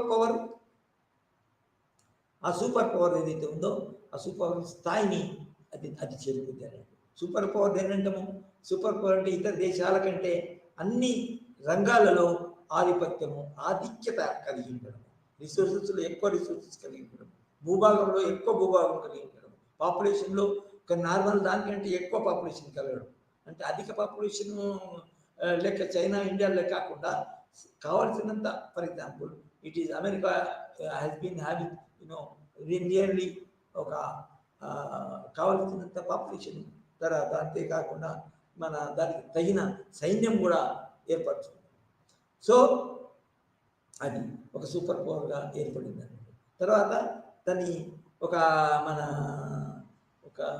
దాని మీద ఆధారపడే లీడర్ నాయకత్వం పొజిషన్లో కూడా. ఎందుకంటే దక్షిణ దేశాలు ఏదైతే ఇంతవరకు మన నాయకత్వము, తర్వాత ప్రాబల్యం కలిగిన దేశాలు ఫ్రాన్స్, బ్రిటన్ ఏదైతే ఉన్నాయో అవి సెకండ్ వరల్డ్ వార్లో దానికి దెబ్బతిన్నాయి, నష్టపోయినాయి. కొన్ని కాలనీల్లో కూడా దానికి వాటికి వ్యతిరేకంగా స్వాతంత్ర ఉద్యమాలు మన దేశమే దానికి ఉదాహరణ. అయితే ఇక్కడ మనము ఇంకొక దిక్కు చూడవలసింది ఏంటంటే ఈ 1949 తర్వాత 1945 తర్వాత మన అంతర్జాతీయ వ్యవస్థల్లో ఒక కొత్త, తర్వాత చాలా డీప్, చాలా లోతైన ఒక అంతర్జాతీయ స్థాయిలో సిద్ధాంతపరమైన భేదాలు ఏర్పడ్డాయి. అదే నిజానికి మొట్టమొదటి నుంచి సోవియట్ యూనియన్లో అక్టోబర్ సోషలిస్ట్ విప్లవం ఏర్పడి, సోవియట్ యూనియన్ ఏర్పడినప్పటి నుంచే నిజానికి ఒక అంతర్జాతీయ స్థాయిలో ఒక కొత్త రకమైన మన సిద్ధాంతపరమైన కొత్త రకమైన పరిస్థితి ఏర్పడి, ఆ పరిస్థితికి అనుగుణంగా మన అంతర్జాతీయ మన పరిస్థితులు అంటే మన అనేక సమాజాలు తమ యొక్క అభివృద్ధిని అభివృద్ధిని సాధించడానికి దానికి ఏ సిద్ధాంతాన్ని అనుసరించాలి, ఏ సిద్ధాంతాన్ని పాటించాలని తరుణంలో నిజానికి సోవియట్ యూనియన్ నిజానికి ఒక దిక్సూచి అయిపోయింది. ఎందుకంటే కొద్ది కాలంలోనే మన అక్టోబర్ విప్లవం ద్వారా తమ దేశంలో ఉన్న జారీ చక్రవర్తిని ఓడించి, మొనార్కీని ఓడించి, సోషలిస్ట్ మన వ్యవస్థను స్థాపించుకొని అది సోవియట్ యూనియన్ ముందుకు పోతుంది.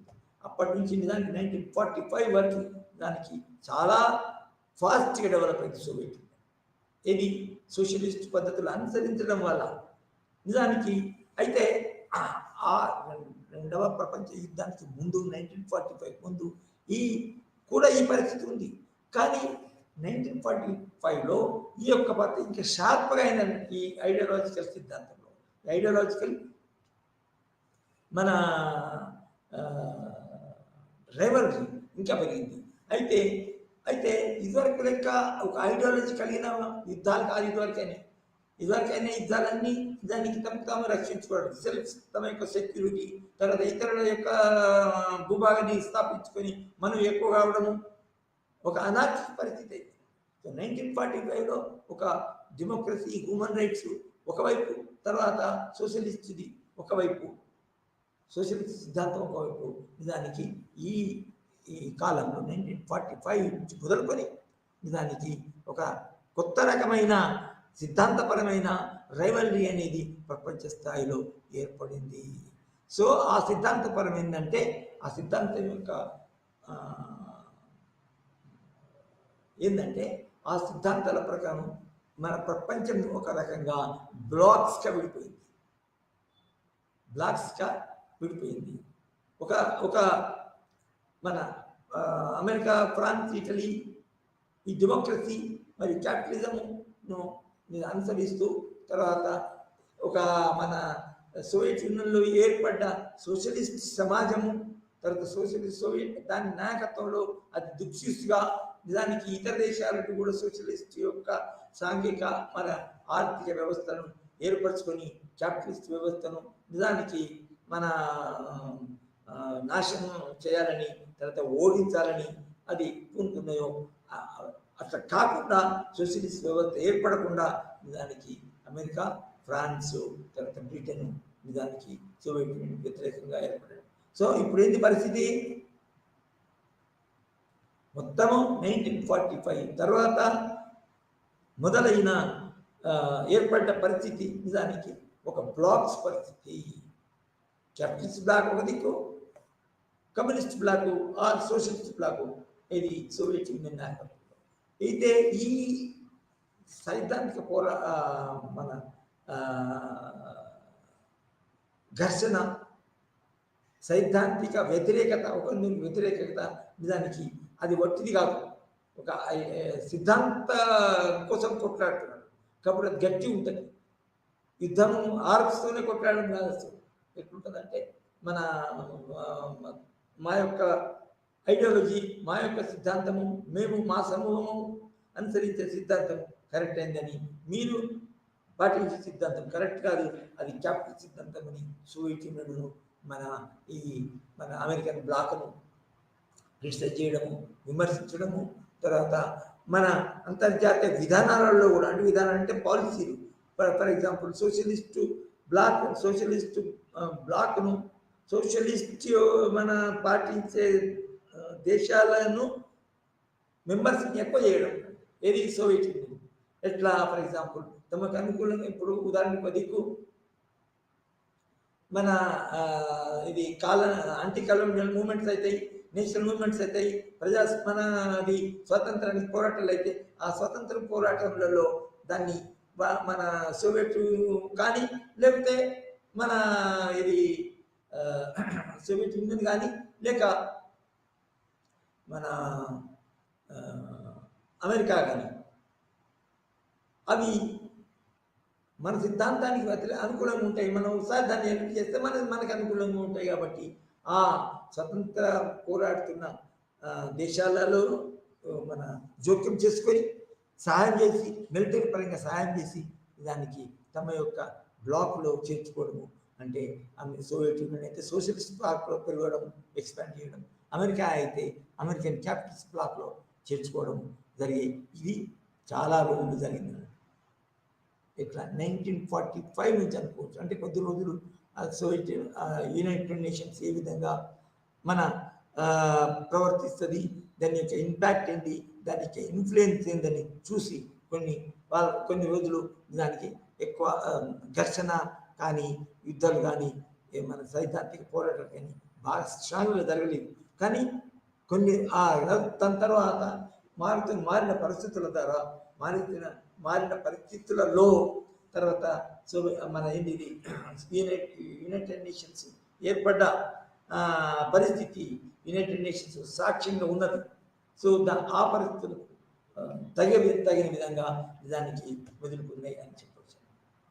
అయితే ఇక్కడ ఏంటంటే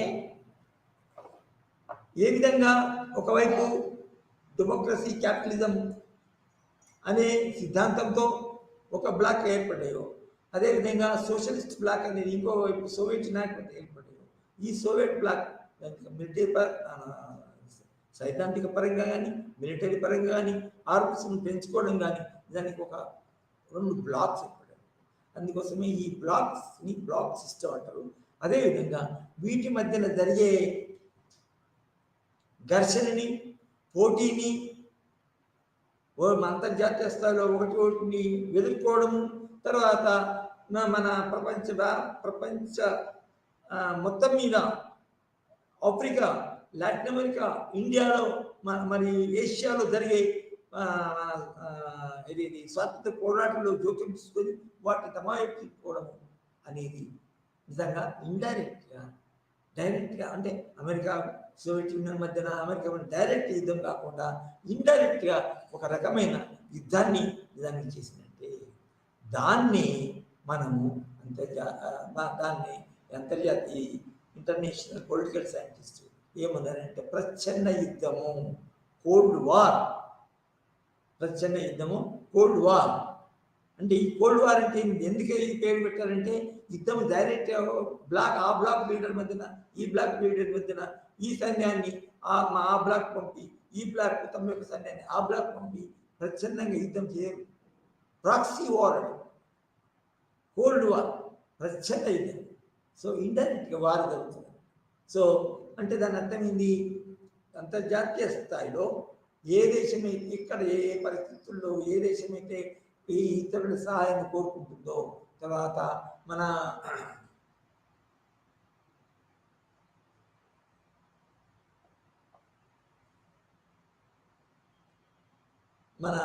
కోరుకుంటుందో ఆ కోరుకుంటున్నప్పుడు దాన్ని జోక్యం తీసుకొని మన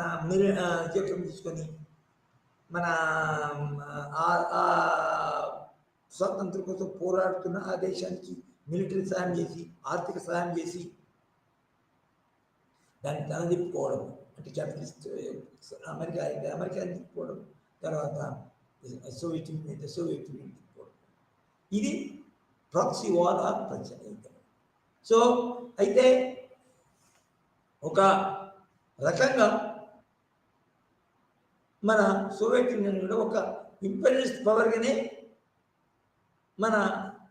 ప్రవర్తించింది అని చెప్పవచ్చు. ఈ దాంట్లో అంటే ఇది ఇంపీరియలిస్ట్ పవర్ అంటే ఇది ఒక చిన్న దేశాన్ని సహాయం చేసి చిన్న దేశాన్ని తమ గుప్పిట్లో ఉంచుకోవడం, తన బ్లాక్లో ఉంచుకోవడం, దానికి ఒక రకమైన ఇంపీరియలిస్ట్ అనొచ్చు. ఫర్ ఎగ్జాంపుల్ ఇదివరకే ఈ ప్రాసెస్లోనే నిజానికి సోవియట్ యూనియన్ కిందికి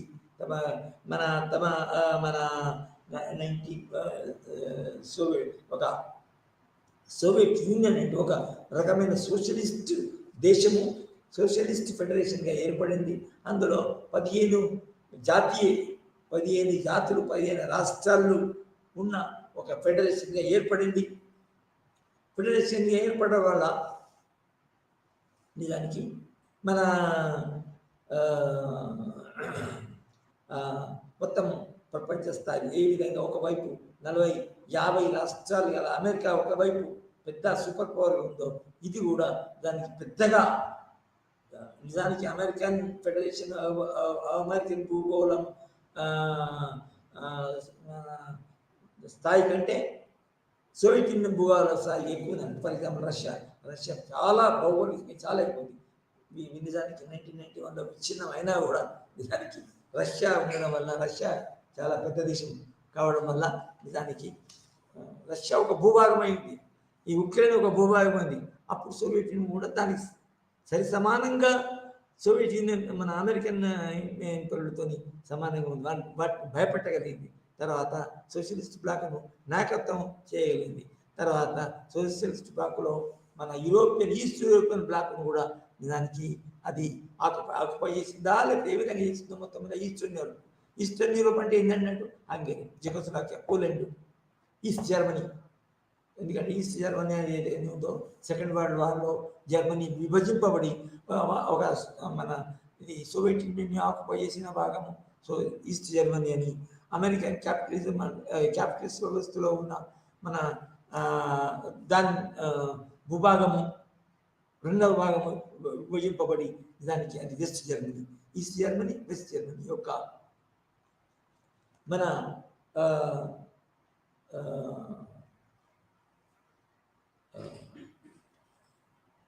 నిజంగా కొత్త ఒక రకమైన కొత్త పరిస్థితి అని. సో ఈ టైంలో దానికి ఈ 1991 ఇది 1949 నుంచి దానికి 1990 వరకు దానికి ఈ సూపర్ వర్స్ కల ప్రపంచ దేశంలో యుద్ధాలు రాకుండా బ్యాలెన్స్ ఆఫ్ పవర్ డైరెక్ట్ తర్వాత వరల్డ్ వార్ రాకుండా ఈ ఒక కూటమి మధ్య మరి ఒక కూటమి ఒకవైపు ఇంకొక కూటమి ఒకటి వాళ్ళ మధ్యన నిజంగా ప్రపంచ స్థాయి యుద్ధం రాకుండా ప్రచండ యుద్ధాలు జరిగినాయి, చిన్న చిన్న యుద్ధాలు జరిగినాయి. ఆ చిన్న చిన్న యుద్ధాలు పెద్ద యుద్ధాలు జరగకుండా నిజానికి మన ఈ పెద్ద రాజ్యాలు తర్వాత మన కూటమి నాయకత్వంలో ఉన్న పెద్ద రాజ్యాలు నిజానికి ప్రపంచ యుద్ధాన్ని ఆపినవి అని చెప్పవచ్చు. అయితే ఇక్కడ గ్లోబలైజేషన్ పరిస్థితుల్లో మన 1990 తర్వాత 1985 నుంచి నిజంగా ప్రపంచంలో ఒక రకమైన కొత్త పరిస్థితులు కూడా ఏర్పడ్డవి. ఒకవైపు capitalist democratic countries America, Britain, France నాయకత్వం వహించడం, ఇంకోవైపు సోవియట్ యూనియన్, తర్వాత ఇవి ఏర్పడ్డ దేశం. తర్వాత దీనికి సమానంగా ప్రపంచంలో అనేక దేశాలు వేరే దేశాలు కూడా నిజానికి పెద్దవైనవి. అవేంటి అంటే చైనా మరియు ఇండియా, తర్వాత ఇంకా వేరే దేశాలు కూడా నిజానికి చాలా ఆస్ట్రేలియా, ఈ దేశాలు కూడా నిజానికి ఒక బలవంతంగా ఆర్థికంగా మరియు ఆర్మల్ పరంగా అణ్వాయుధాలు కలిగిన దేశం ఏర్పడటం వలన దానికి కొత్త పరిస్థితులు కూడా దానికి మన ఏర్పడ్డాయని చెప్పవచ్చు. ముఖ్యంగా వెస్ట్ యూరోపియన్ కంట్రీస్ ఆర్థికంగా ఫైనాన్షియల్గా మన సోవియట్ యూనియన్ నుంచి వాటి కలిసి ఉన్నా కూడా నష్టపోతున్నాయి. అమెరికా కలిసి ఉన్నా కూడా European countries, west European countries నష్టపోతున్నాయి. కాబట్టి ఏ విధంగా పూర్తిగా లొంగకుండా అమెరికాతో నష్టపోకుండా చూసుకోవాలా అనే ప్రయత్నము వెస్ట్ యూరోపియన్ కంట్రీస్లో, ముఖ్యంగా North Atlantic Treaty Organisation NATO అనేది ఒక కూటమిగా ఏర్పడింది. తర్వాత ఈ నాటో రోజులు కొన్ని రోజులు అంటే నాటో ఎందుకు ఏర్పడిందంటే నాటో అనేది క్యాపిటలిస్ట్ కంట్రీస్ యొక్క ఒక సంఘటన.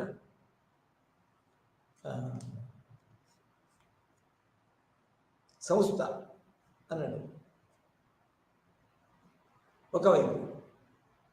తర్వాత ఈస్ట్ యూరోపియన్ మరియు సోవియట్ యూనియన్, సోషలిస్ట్ కంట్రీస్ ఉన్న వేరొక కూటమి నాటోకు వ్యతిరేకంగా ఏర్పడింది ఏంటంటే వార్సా ప్యాక్ట్ అనేది. ఇది కూడా అది మిలిటరీ బ్లాకే. మిలిటరీ బ్లాక్ అంటే ఏంటంటే ఒక military bloc North Atlantic Treaty Organisation వల్ల ఏర్పడిన మిలిటరీ బ్లాక్ యొక్క ఎయిమ్స్ అండ్ ఆబ్జెక్టివ్ ఏంటంటే నార్త్ అట్లాంటిక్ నాటో కంట్రీస్లో ఈ మెంబర్స్ మీద ఎవరైనా అటాక్ చేస్తే ఆ కూటమి అందరు కలిసి ఆ దండెత్తిన రాజ్యాన్ని మీద, దండెత్తిన దేశం మీద యుద్ధం ప్రకటించడం జరుగుతుంది. నాటో మెంబర్లో ఏ మెంబర్ అయినా కూడా మన దండెత్తబడితే అది మన అగ్రెషన్కి, దండయాత్రకి గురైతే దాన్ని కాపాడుకోవడానికి ఆ నాటోలో ఉన్న మెంబర్స్ కూడా వచ్చి దాన్ని కాపాడతారు. అదేవిధంగా దానికి వ్యతిరేకంగా ఉన్న అంటే ఇది ఐడియాలజికల్ బ్లాక్స్గా ఏర్పడ్డాయి. ఇవి ఐడియాలజికల్ బ్లాక్స్ ఏర్పడ్డాయి, సోవియట్ బ్లాక్. అదేవిధంగా దానికి మిలిటరీ కలర్ కూడా ఇచ్చారంటే తమ యొక్క సిద్ధాంతాన్ని మిలిటరీ ద్వారా ఎక్స్పాండ్ చేయడము, తర్వాత మిలిటరీ ద్వారా మన ప్రమాద పరిస్థితులు ఉంటే మిలిటరీ ద్వారానే మన కాపాడుకోవడము, రక్షించుకోవడము, ఆత్మహత్య చేసుకోవడము అనేది ఒక కొత్త పద్ధతి ఏర్పడింది. దాన్ని కొనసాగించేది, తర్వాత దానికి జస్టిఫికేషన్ ఇచ్చేది, కరెక్ట్ అని ఇచ్చేది, విధంగా అది ఐడియాలజీ అనేది మన కంట్రోల్ చేస్తుంది. అది ఐడియాలజీ అనేది కంట్రోల్ చేస్తుంది. నాట్ ద సే మన ఓన్లీ అనార్కికల్ మిలిటరీ పవర్. ఏది ఒక దేశం దండెత్తడం, పెద్ద దేశమైనా చిన్న దేశమైనా దాన్ని దండెత్తి తనకెందుకు తీసుకుందాము అనే విధంగా కాదు, ఒక ఐడియాలజీ కట్టుకోవడం. నిజానికి చాలా మటుకు ఐడియాలజీ కష్టపడ్డాయి. ఎందుకంటే మనం రెండో ప్రపంచ యుద్ధంలో చూసాము, బ్రిటన్, యుఎస్ఏ, తర్వాత ఫ్రాన్సు, అవి లిబరల్ డెమోక్రసీ, తర్వాత డెమోక్రసీ అనేది అనే సిద్ధాంతం పాటిస్తూ, తర్వాత ఫ్యాసిస్ట్ సిద్ధాంతంతో ఏర్పడిన యాక్సిస్ పవర్స్కు నాయకత్వం వహించిన అనే జర్మనీని వ్యతిరేకిస్తూ, హిట్లర్ని వ్యతిరేకిస్తూ అవి ఉన్నాయి. కానీ పడుతున్నాయనేది ఈ సోవియట్ యూనియన్ సోషలిస్ట్ బ్లాక్. అంటే ఇది నిజానికి ఒక రకమైన కొత్త పరిస్థితి అనుకోవాలా, కొత్త పరిస్థితి. అవన్నీ ఇప్పుడు మన నాశనం చేసుకొని క్రూరంగా, ఇదివరకు అరాచకంగా, తర్వాత నేచురల్ రైట్స్ పాటించకుండా చేసే యుద్ధాలు కాకుండా ఈ యుద్ధము ఐడియాలజికల్ వారు అని నిజంగా చెప్పుకోవచ్చు. అయితే ఇలా చెప్పుకుంటున్నప్పుడు నిజానికి 1885 నుంచి కొత్త పరిస్థితులు ఏర్పడ్డాయి. తర్వాత ఈ సోవియట్ యూనియన్లో కొన్ని సమస్యలు వచ్చినాయి. తర్వాత అమెరికన్ క్యాపిటలిస్ట్ బ్లాక్లో కొన్ని అమెరికన్ క్యాపిటలిస్ట్ బ్లాక్లో ఏమొచ్చినాయంటే అమెరికా ఆధిపత్యవాదాన్ని కొంచెం ఎదుర్కొనడానికి ఈ west European country not only మెంబర్సే, అన్ని అమెరికా కూడా మెంబరే, కానీ with in that block there are some problems. ఏం ప్రాబ్లమ్స్ అంటే అమెరికా మన చైనాని వెస్ట్ యూరోపియన్ కంట్రీస్ని తమ గుప్పిట్లో ఉంచుకోవాలని, తర్వాత వాటి ద్వారా తమ లాభాలు పొందడానికి ప్రయత్నించడం, డాలర్ ద్వారా. అది మనకు ఈ ఆర్థికపరమైన మన ఫైనాన్షియల్ విషయాలు బాగా క్లారిటీ లేదు, కానీ నిజానికి ఆ ఆర్థిక విషయాల్లోని ఈ వెస్ట్ యూరోపియన్ కంట్రీస్ని కంట్రోల్ పెట్టుకుంటున్నాయని, తన ఒకసారి దోపిడీ చేస్తున్నాయని అనే వాదన కూడా నిజానికి వెస్ట్ యూరోపియన్ కంట్రీస్లలో ఉంది. సో అక్కడ నాటో కంట్రీస్లో సమస్యలు ఉన్నాయి. ఒక రకమైన మన వైరుధ్యం ఉందన్నట్టు. ఏం వైరుధ్యం అంటే సోవియట్ యూనియన్ మన తన ఇతర మెంబర్స్ని కంట్రోల్ చేస్తున్నారు. ముఖ్యంగా ఈ జర్మనీ, మరియు ఫ్రాన్స్, ఇటలీ ఇవన్నీ ఉన్నాయి కదా, డెన్మార్క్, తర్వాత పోర్చుగీసు ఉన్నాయి కదా, వీటిని ఎక్స్ప్లెయిన్ చేసిందని అవి ఫీల్ అయింది. అయితే ఫీల్ అయితే ఏమనుకుంటే ఒక యూరోపియన్ యూనియన్ ఫస్ట్, దానికంటే ముందు యూరోపియన్ కామన్ మార్కెట్ అనేది ఒకటి ఏర్పడింది. ఆ కామన్ మార్కెట్లో ఏంటంటే ఒకరికొకరు సహాయం, మన యూరోపియన్ కామన్ మార్కెట్ కింద ఉన్న దేశాల మధ్యన ఒక మన వైరుధ్యాలు లేకుండా ఒకరికొకరు సహాయం చేస్తూ, తర్వాత ఒకరిని ఒకరు ఉపయోగించుకోవడానికి కాకుండా సహకరించుకోవడం వల్ల మనము మంచిగా డెవలప్ కావచ్చని, తర్వాత మన యూనిటీ అనేది ఏర్పడుతుంది, ఒక పెద్ద ఆర్థిక వ్యవస్థ ఏర్పడుతుంది అనే ఉద్దేశంతో యూరోపియన్ కామన్ మార్కెట్ అనేది ఏర్పడుతుంది. ఏది డాలర్ దేశమైన, తర్వాత డాలర్ ఇంకా 2-3 దేశాలు ఉన్నటువంటి ఈ డాలర్ దేశాలైన ఏదైతే ఉన్నదో డాలర్కు వ్యతిరేకంగా దానికి యూరోపియన్ మార్కెట్ ఏర్పడింది. తర్వాత యూరోపియన్ మార్కెట్ పోయి ఒక యూరోపియన్ యూనియన్ అయింది. అదో ఒక ఫైనాన్షియల్ మరియు ఆర్థిక పరమైన కూటమి. కానీ కొత్తగా యూరోపియన్ యూనియన్ అంటే యూరోపియన్ యూనియన్ అనేది ఏర్పడింది. సో యూరోపియన్ యూనియన్ ఒక రకమైన కొత్త ప్రపంచ స్థాయి కూటమి. నిజానికి అందులో ఒక రకమైన కామన్ మార్కెట్, తర్వాత కామన్ కరెన్సీ ఏర్పడింది. దాన్ని యూరోపియన్ పౌండ్ అనేది ఉంటుంది, యూరోపియన్ పౌండ్ ఏర్పడింది. తర్వాత యూరోపియన్ పార్లమెంట్ అనేది ఏర్పడింది. యూనియన్ తర్వాత యూరోపియన్ పార్లమెంట్ ఏం చేస్తుంది అంటే ఆ యూరోపియన్ యూనియన్లో ఉన్న మెంబర్స్ అంటే ఇది ఒక రకమైన భిన్నమైన ఒక అదని. నిజానికి వెస్ట్రన్ కంట్రీస్ అన్ని ఇందులోకి వచ్చింది. వెస్ట్రన్ యూరోపియన్ కంట్రీస్ అన్ని ఇందులోకి వచ్చింది. ఒక ఇది మిలిటరీ ప్యాకేజ్ కాకుండా ఒక సాంఘిక ఆర్థిక అభివృద్ధి ఐక్యత గల ఒక యూనియన్, యూరోపియన్ యూనియన్ అంటారు. ఈ యూరోపియన్ యూనియన్ ద్వారా దానికి తను దోచుకోవడానికి తన ఆధిక్యంలో ఉంచడానికి ప్రయత్నం చేస్తే యుఎస్ డాలర్ని కూడా మనం ఎదుర్కోవడానికి ప్రయత్నాలు జరిగినాయి. అయితే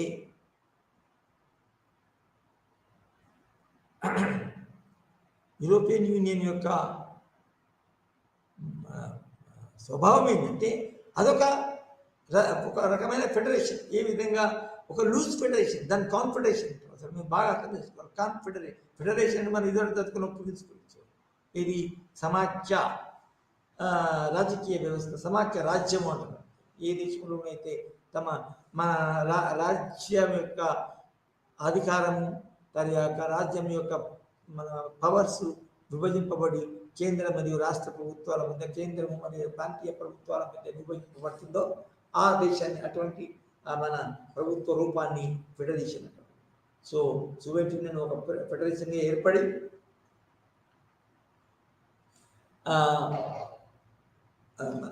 యూరోపియన్ యూనియన్ ఒక రకమైన ఫెడరేషన్, కాన్ఫెడరేషన్ పూర్తిగా సంఘటితంగా ఉన్నది.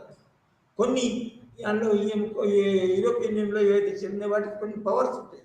ఏది తమ పూర్తిగా వ్యతిరేకంగా ఏదైనా డెవలప్మెంట్ జరిగితే ఆ డెవలప్మెంట్ అందులో బయటకు పోవడం. అదేవిధంగా బ్రిటన్ అనేది బయటకు వచ్చి చూడు, ఏది యూరోపియన్ యూనియన్లో మెంబర్స్, మీరు కరెంట్ అఫైర్స్ విన్నారు. సో యూరోపియన్ యూనియన్ అనేది ఏర్పడింది. యూరోపియన్ యూనియన్ ఏర్పడడం వల్ల నిజానికి ప్రపంచంలో ఇప్పుడు మూడు బ్లాక్లు అండి. అమెరికా ఒకవైపు, యూరోపియన్ యూనియన్ ఇంకొక వైపు, సోవియట్ యూనియన్ ఒకవైపు. కానీ సోవియట్ యూనియన్లో కూడా ఒక రకమైన కొత్త పరిస్థితి ఏర్పడింది. అది అటువైపు, అది సోవియట్ యూనియన్ జరుగుతుంది. ఎందుకంటే అన్ని ప్రపంచంలో ఏ విధంగా కొట్లాటలు, కొత్త ఆస్పిరేషన్స్, కొత్త కోరికలు ఏర్పడాయో సోవియట్ యూనియన్లో కూడా, సోవియట్ బ్లాక్లో కూడా కొత్త పరిస్థితి. అది ఏంటి అంటే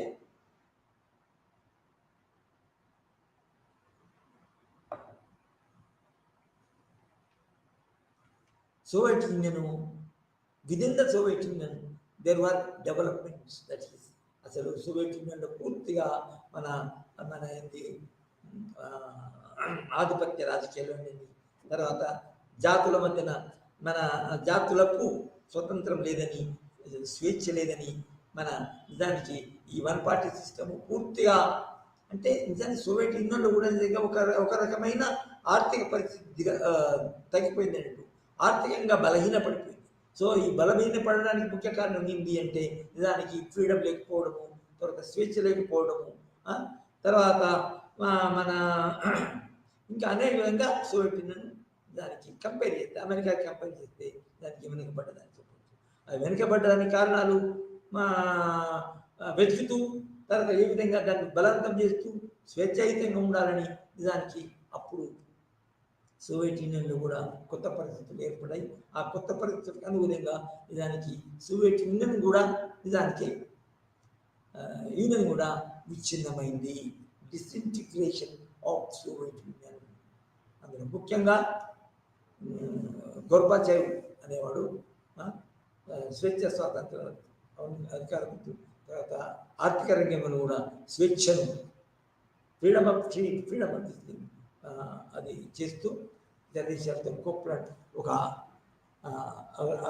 అది కూడా విచ్ఛిన్నమైంది. నిజానికి ఈ విచ్ఛిన్నం కాకపోవడానికి ముఖ్య కారణం ప్రపంచ స్థాయిలో ఒక కొత్త పరిస్థితి ఏర్పడింది. ఏంటి అంటే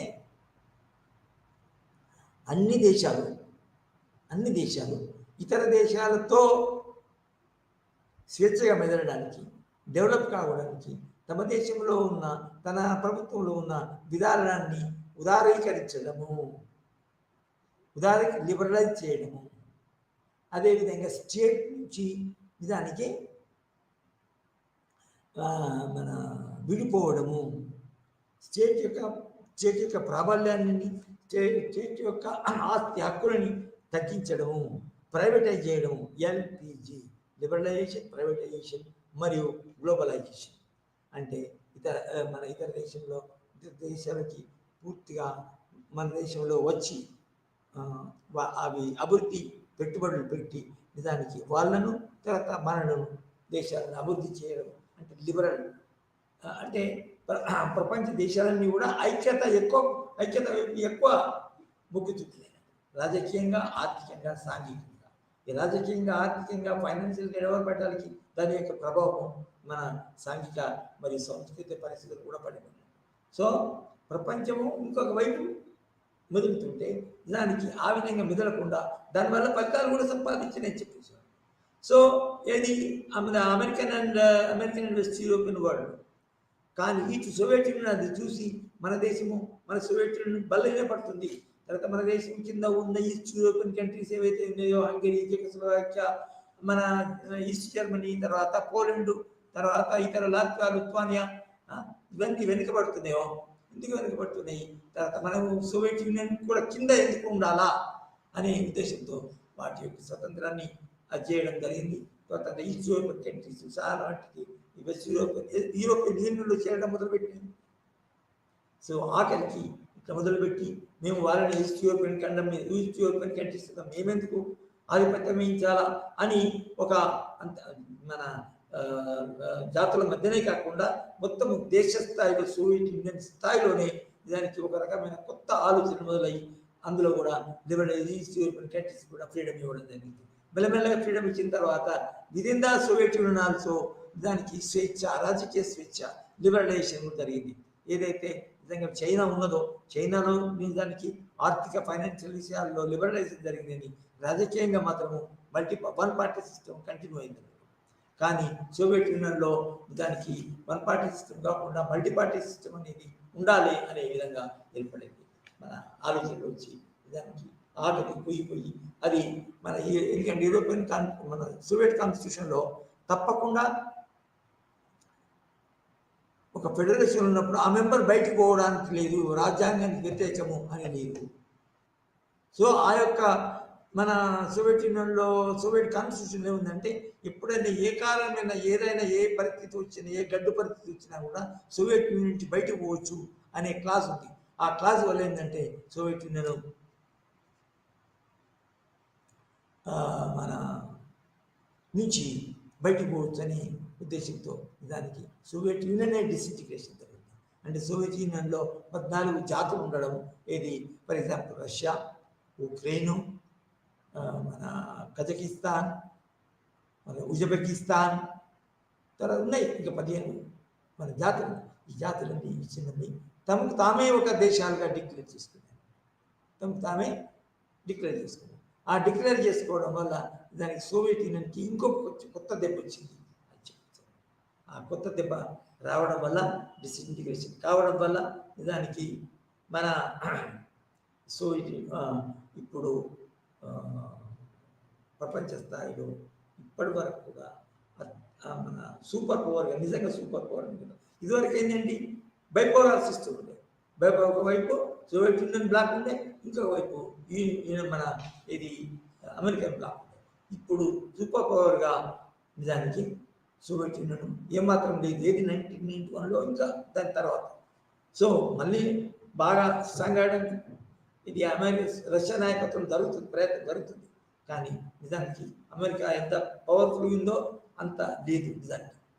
so black system bipolar system పోయి ఏది కోల్డ్ వార్ పోయి నిజానికి అమెరికా అనేది చాలా పెద్దగా అయిపోయింది. పెద్దగా కావడం వల్ల మన కొత్త పరిస్థితి రావడం జరిగింది. అంటే కోల్డ్ వార్ అనేది ఇంకా ఒక రకంగా ఇప్పుడు నిజానికి ఈ మధ్యన డెవలప్మెంట్ ఏంటంటే ఒకవైపు నాన్ సోషలిస్ట్ కంట్రీ మన సోవియట్ బ్లాక్లోని భారతదేశము, తర్వాత మన కమ్యూనిజము, వన్ పార్టీ సిస్టమ్ వల్ల చైనా ఇవి బాగా డెవలప్ అయ్యాయి. ఇవి అమెరికా అంతా తర్వాత మన ఫార్మర్ సొసైటీ అంతా డెవలప్ కాకపోవచ్చు, కానీ బాగా పెరుగుతున్నాయి. ఆర్థికంగా పెరుగుతున్నాయి, ఆర్థిక పరంగా అణ్వాయుధ సంపత్తి పరంగా పెరుగుతున్నాయి రెండు దేశాలు. నిజానికి ఒక లెవెల్లో ఇంకొక లెవెల్లో చైనా మరియు America, China and India and rivalry అనేది ఉంది నిజానికి. సో ఈ డెవలప్మెంట్ పరంగా నిజానికి అయినా కూడా ఈ మూడు కలిసి అమెరికా అంతా పెరగలేదు. అది 50 రాష్ట్రాలు ఉన్నాయి. దాని తర్వాత అన్ని రంగాల్లో ఇంకా మన ఈస్ట్ యూరోపియన్ కంట్రీస్లో ఎంత యూనియన్ అయినా కూడా దాన్ని వాటిని కంట్రోల్ చేయడానికి ప్రయత్నం చేస్తుంది యుఎస్ఏ, పెద్ద దేశము ఆ, అమెరికా. అయితే ఈ పరిస్థితుల్లో మనకి ఈ కోల్డ్ వార్ అనేది ఒక రకంగా ఇంకా జరుగుతున్నది, ప్రచ్ఛన్న యుద్ధం జరుగుతున్నది. కానీ ఒక మన ఈ ఈ పరిస్థితుల్లో దానికి సూపర్ అమెరికా సూపర్ పవర్గా ఉంటుంది. ఇదివరకు బ్యాలెన్స్ ఆఫ్ పవర్ లేదని చెప్పాలి, కానీ ఒక రకంగా ఉందండి. ఇది బ్యాలెన్స్ ఆఫ్ పవర్ ఏ విధంగా ఉందంటే ఈ దేశంలో మొత్తము అమెరికా పెద్దగా ఉన్నా కూడా ఈ చైనా, భారతదేశము, సోవియట్ యూనియన్, రష్యా మరియు ఈ అమెరికా, ఈ దేశాలు పెద్దగా ఉన్నాయి. తర్వాత వాటి యొక్క మన అన్ని రంగాల్లో వాటి దేశాలకి అన్ని దేశాలకు నాయకత్వం ఇస్తుంది. సాధ్యమైనంత వాటికి మన యుఎన్ఓ చెప్తున్న విధానాన్ని అనుసరిస్తున్నాయి, యుఎన్ఓ సహకరిస్తున్నాయి, యుఎన్ఓను స్ట్రెంథెన్ చేస్తున్నాయి. కానీ పూర్తిగా యుఎన్ఓ కంట్రోల్లో లేవు. తర్వాత అన్ని సందర్భాలలో యుఎన్ఓ తమ యొక్క ఆధిక్యతని, తమ యొక్క బలాన్ని ఉపయోగించుకోవడం లేదు. అంత మాత్రాన యుఎన్ఓ పూర్తిగా యూస్లెస్ అయింది అని చెప్పలేము. సో ఇది ఈనాడు మనం చర్చించిన కోల్డ్ వార్, ప్రచ్ఛన్న యుద్ధము, తర్వాత కొత్త స్టేజ్. ఈ ప్రచ్ఛన్న యుద్ధం ఏదైతే ఉన్నదో ఈ కొత్త స్టేజ్ని మనం చేరింది అని చెప్పచ్చు. సో ఇది ఈనాటి విషయం. Thank you very much.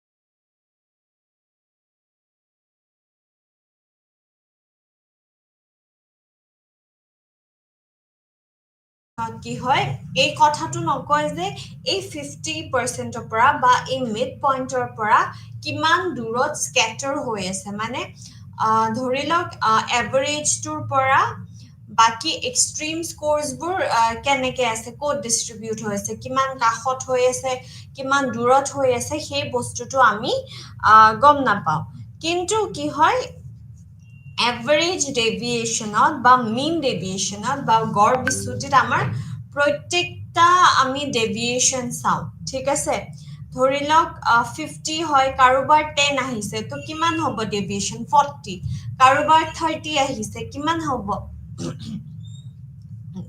ডেভিয়েশ্যন 20 হ'ল তেনেকে আমি প্ৰত্যেকটা স্কোৰৰে কিমান ডেভিয়েশ্যন যে মিনৰ পৰা মিন যদি 50 হয় যদি কোনোবাই 90 পাইছে কিমান ডেভিয়েশ্যন হৈছে 40 হৈছে ইফালে কিমান হৈছে যদি 10 হৈছে -40 হৈছে গতিকে সেই গোটেইখিনি বস্তুক আমাক পিকচাৰাইজ কৰিবলৈ বা বস্তুখিনি আমাক ইজিলি জানিবলৈ সহায় কৰে মিন ডেভিয়েশ্যন ঠিক আছে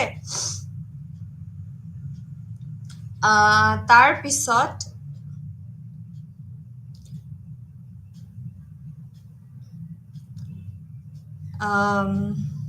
ওকে এতিয়া কৈছে যে আমি এভাৰেজ ডেভিয়েশ্যনৰ কথা ডিসকাস কৰাৰ আগতে আমি আগে ডেভিয়েশ্যনৰ মিনিংটো কি হয় আমি জানিব লাগিব ডেভিয়েশ্যনৰ মিনিংটো মই অলৰেডি বুজাই দিছোৱে তোমালোকক যে মিন পইণ্টৰ পৰা কিমান দূৰ ইফাল সিফাল হয় সেইটোৱে হৈছে এভাৰেজ ডেভিয়েশ্যন এতিয়া আমি ইয়াতে কি লিখা আছে সেইখিনি আমি অলপ চাই লওঁ ইয়াতে লিখা আছে যে গড় বিচ্যুতি হৈছে সকলো পৃথক নম্বৰৰ বিচ্যুতিৰ অৰ্থ হৈছে এটা শৃংখলা তেওঁলোকৰ হীনতাৰ পৰা লোৱা হৈছে উইনফৰ্ডৰ মতে গড় বিচ্যুতি হ'ব পাৰে বীজগণিতীয় চিহ্নবোৰৰ সময়ত সকলো বিচ্যুতি গড় বা গড় হিচাপে বৰ্ণনা কৰা হয় একাউণ্টলৈ নিয়া নহয় গড় হৈছে এক কেন্দ্ৰীয় মূল্য আৰু সেয়েহে কিছুমান বিচ্যুতি ধনাত্মক হ'ব আৰু কিছুমান ঋণাত্মক হ'ব পাৰে অৰ্থাৎ বিচ্যুতিয়ে বিচ্যুতিৰ লক্ষণবোৰ উপেক্ষা কৰে আৰু ই সকলো বিচ্যুতি বাচক বুলি বিবেচনা কৰে এইটো এনেকুৱা কাৰণ গড়ৰ পৰা সকলো বিচ্যুতিৰ বীজগণিতীয় যোগফল শূন্যৰ সমান এডি বা এমডি হৈছে গড়ৰ পৰা এডি বা এমডি সৰি এভাৰেজ ডেভিয়েশ্যন বা মিন ডেভিয়েশ্যন হৈছে গড়ৰ পৰা মূল্যৰ পাৰ্থক্যৰ গণিতিক অৰ্থ গড় হয় গণিতিক অৰ্থ বা মধ্যমা এইটো পৰিৱৰ্তনশীলতাৰ এক পৰিমাপ যি ডাটাৰ সকলো নম্বৰ তাৰতম্য বিবেচনা কৰা হয় এইটো এটা পৰম বিচ্ছুৰণৰ জোখ আৰু কেঁচা নম্বৰৰ দৰে এক এককত প্ৰকাশ কৰা হয় গড় বিচ্যুতিৰ গণনা সহজ সেয়েহে ই এক জনপ্ৰিয় পৰিমাপ যেতিয়া আমি গড় বিচ্যুতি গণনা কৰোঁ প্ৰতিটো পৰ্যবেক্ষণক সমান ওজন দিয়া হয় মূল্য আৰু এনেদৰে ই সূচায় যে প্ৰতিটো পৰ্যবেক্ষণ গড়ৰ পৰা কিমান দূৰত আছে বিজ্ঞাপন বা কেন্দ্ৰীয় প্ৰৱণতাৰ যিকোনো ব্যৱহাৰৰ পৰা এমডি প্ৰাপ্ত কৰিব পাৰি অৰ্থ মধ্যমা বা মূল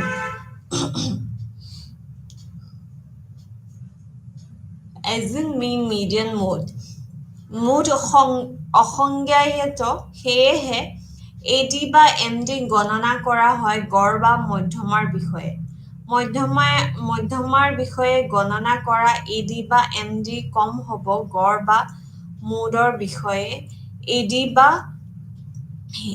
MD কৈ okay so এইখিনি আমাৰ এভাৰেজ ডেভিয়েশনৰ কথা আছিলে তাৰ পিছত কৈছে যে এক সমতুল্য বিতৰণৰ বাবে মধ্যমাৰ বিষয়ে MD আৰু MDS 57.5 শতাংশ পৰ্যবেক্ষণ সামৰি লৈ তথ্যৰ সেয়েহে MDৰ এটা সৰু মূল্য কম পৰিৱৰ্তনশীলতা সূচিত এডি এনেদৰে কিউডিতকৈ কিছু ডাঙৰ QD as in quartile deviation ঠিক আছে গতিকে কথাটো একদম সিম্পল এভাৰেজ ডেভিয়েশনত আমি প্ৰত্যেকটা বস্তুৱে চেক কৰো ধৰি লওক আমি 10 জনৰ স্কোৰ উলাইছো গতিকে 10 জনে মিনৰ পৰা কিমান বেলেগ গৈছে কিমান স্ক্যাটাৰ হৈছে সেই বস্তুখিনি আমি এভাৰেজ ডেভিয়েশনত আমি গম পাও এতিয়া মেৰিটস ডিমেৰিটস এতিয়া প্ৰথম কথা হ'ল যে মেইন যিটো এডভান্টেজ হয় এভাৰেজ ডেভিয়েশনৰ হেতু যে ই বহুত সহজ হয় আৰু ইজিলি আমি কম্পিউট কৰিব পাৰো উলিয়াব পাৰো তাৰ পিছত হেৰি গুটেবোৰ অবজাৰভেশনস আমি চাব পাৰো এনেকুৱা নহয় ৰেঞ্জ আৰু কোৱাৰ্টাইল ডেভিয়েশনৰ দৰে নহয় আমি গুটেখিনি বস্তু চাব পাৰো তাৰ পিছত accurate measure of variability দিয়ে তাৰ পিছত এক্সট্ৰিম স্কোৰস যিবোৰ আছে যেনেকে 50 যদি মিড পইণ্ট হয় তেতিয়া হলে 98 বহুত বেছি এক্সট্ৰিমত গৈছে বা 3 বহুত বেছি এক্সট্ৰিমত গৈছে এইবোৰ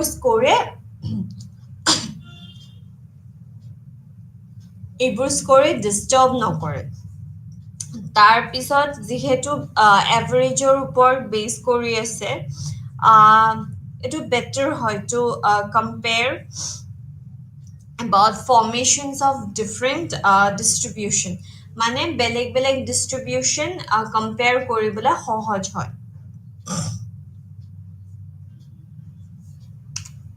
এতিয়া আমি লিমিটেশনস খিনি চাম বা সীমাবদ্ধতা কি কি হেখিনি আমি চাম প্ৰথমতে আমি ইয়াতে কি হয় আমি ইয়াৰে প্লাস মাইনাস যিবোৰ সিন আছে ন হেবোৰ আমি নধৰো তো হেতু এটা প্ৰবলেম তাৰ পিছত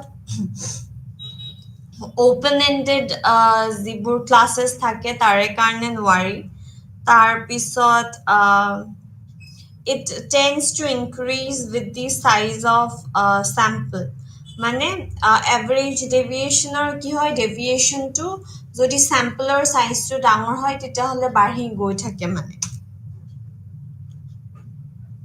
এতিয়া uses of average deviation এটা demerits সবৰে থাকে তথাপিও uses কিছুমান বহুত ভাল ভাল uses থাকে যেনেকে আমি average deviation কেতিয়া চাব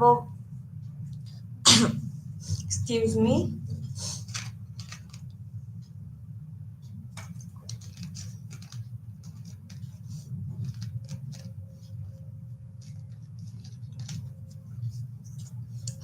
average deviation আমি কেতিয়া চাব পাৰো যেতিয়া কি হয় আমি গুটেই কেটাৰে ডেভিয়েশন চাব বিচাৰিছো মিনৰ পৰা গুটেই কেটাৰে ডেভিয়েশন চাব বিচাৰিছো তাৰ পিছত standard deviation is unduly influenced by the presence of extreme score যেতিয়া standard deviation কৰিবলে আমাৰ মানে সুবিধাজনক নহয় বস্তুটো মানে একদম বহুত বেছি extreme scores যদি মানে এফেক্ট কৰি আছে standard deviation তেতিয়া আমি ইউজ কৰো আৰু distribution to it is not near to normal নহয় distribution to যেটো আমাৰ bell curve হয় না bell curve দৰে হেতু shape নাথাকে হেতু skewed curve যেতিয়া হয় তেতিয়া average deviation easy হয় গতিকে আমি আকৌ এবাৰ চাই লওঁ average deviation কি কি আছিল কৈছে যে গড় বিচ্যুতি হৈছে সকলো পৃথক নম্বৰৰ বিচ্যুতিৰ অৰ্থ হৈছে এটা শৃংখলা তেওঁলোকৰ হীনতাৰ পৰা লোৱা হৈছে। উইলফোৰ্ডৰ মতে গড় বিচ্যুতি হ'ব পাৰে বীজগণিতীয় চিহ্নবোৰৰ সময়ত সকলো বিচ্যুতিৰ গড় বা গড় হিচাপে বৰ্ণনা কৰা হয় একাউণ্টলৈ নিয়া নহয়। গড় হৈছে এক কেন্দ্ৰীয় মূল্য আৰু সেয়েহে কিছুমান বিচ্যুতি ধনাত্মক হ'ব আৰু কিছুমান ঋণাত্মক হ'ব পাৰে। অৰ্থাৎ বিচ্যুতিয়ে বিচ্যুতিৰ লক্ষণবোৰ উপেক্ষা কৰে আৰু ই সকলো বিচ্যুতিবাচক বুলি বিবেচনা কৰে। এইটো এনেকুৱা কাৰণ গড়ৰ পৰা সকলো বিচ্যুতিৰ বীজগণিতীয় যোগফল শূন্যৰ সমান। এডি বা এমডি হৈছে গড়ৰ পৰা মূল্যৰ পাৰ্থক্যৰ গাণিতিক অৰ্থ। গড় হয় গাণিতিক অৰ্থ বা মধ্যমা। এইটো পৰিৱৰ্তনশীলতাৰ এক পৰিমাপ যি ডাটাৰ সকলো নম্বৰৰ তাৰতম্য বিবেচনা কৰা হয়। এইটো এটা পৰম বিচ্ছূৰ্ণ জোখ আৰু কেঁচা নম্বৰৰ দৰে এককত প্ৰকাশ কৰা হয়। গড় বিচ্যুতিৰ গণনা সহজ, সেয়েহে ই এক জনপ্ৰিয় পৰিমাপ। যেতিয়া আমি গড় বিচ্যুতি গণনা কৰোঁ, প্ৰতিটো পৰ্যবেক্ষণক সমান ওজন দিয়া হয় মূল্য আৰু এনেদৰে ই সূচায় যে প্ৰতিটো পৰ্যবেক্ষণ গড়ৰ পৰা কিমান দূৰত আছে। বিজ্ঞাপন বা কেন্দ্ৰীয় প্ৰৱণতাৰ যিকোনো ব্যৱস্থাৰ পৰা এমডি প্ৰাপ্ত কৰিব পাৰি, অৰ্থাৎ অৰ্থ মধ্যম বা মুড। মুড অসংজ্ঞায়িত, সেয়েহে এডি বা এমডি গণনা কৰা হয় গড় বা মধ্যমাৰ বিষয়ে। মধ্যমাৰ বিষয়ে গণনা কৰা এডি বা এমডি কম হ'ব গড় বা মুডৰ বিষয়ে এডি বা এডিএমতকৈ। এক সমতুল্য বিতৰণৰ বাবে মধ্যমাৰ বিষয়ে এমডি বা এমডিয়ে 57.5% পৰ্যবেক্ষণ সামৰি লয় তথ্যৰ, সেয়েহে এমডিৰ এটা সৰু মূল্যই কম পৰিৱৰ্তনশীলতা সূচিত কৰিব। এডি এনেদৰে কিউডিতকৈ কিছু ডাঙৰ 57.5% ঘটনা, 50% ঘটনা। তাৰ পিছত এডিৰ মুখ্য গুণাগতবোৰ নিম্নলিখিত ধৰণৰ। এডি বা এমডি বুজিবলৈ আৰু গণনা কৰিবলৈ সহজ। আমি ডিছকাছ কৰিছোৱে যে এডি বা এমডি কি হয়, আমি বহুত ইজিকে প্লাছ মাইনাছেৰে আমি উলিয়াব পাৰোঁ। ই সকলো পৰ্যবেক্ষণৰ ওপৰত আধাৰিত ৰেঞ্জ বা কোৱাৰ্টাইল ডেভিয়েশ্যনৰ বিপৰীতে। মানে প্ৰত্যেকটা স্ক'ৰে কিমান ডেভিয়েট কৰিছে, কিমান স্কেটাৰ কৰিছে, সেইটো আমি চাবলৈ পাৰোঁ। তাৰপিছত ই পৰিৱৰ্তনশীলতাৰ এক সঠিক পৰিমাপ, কিয়নো ই পৰম গড় কৰে বিচ্যুতি।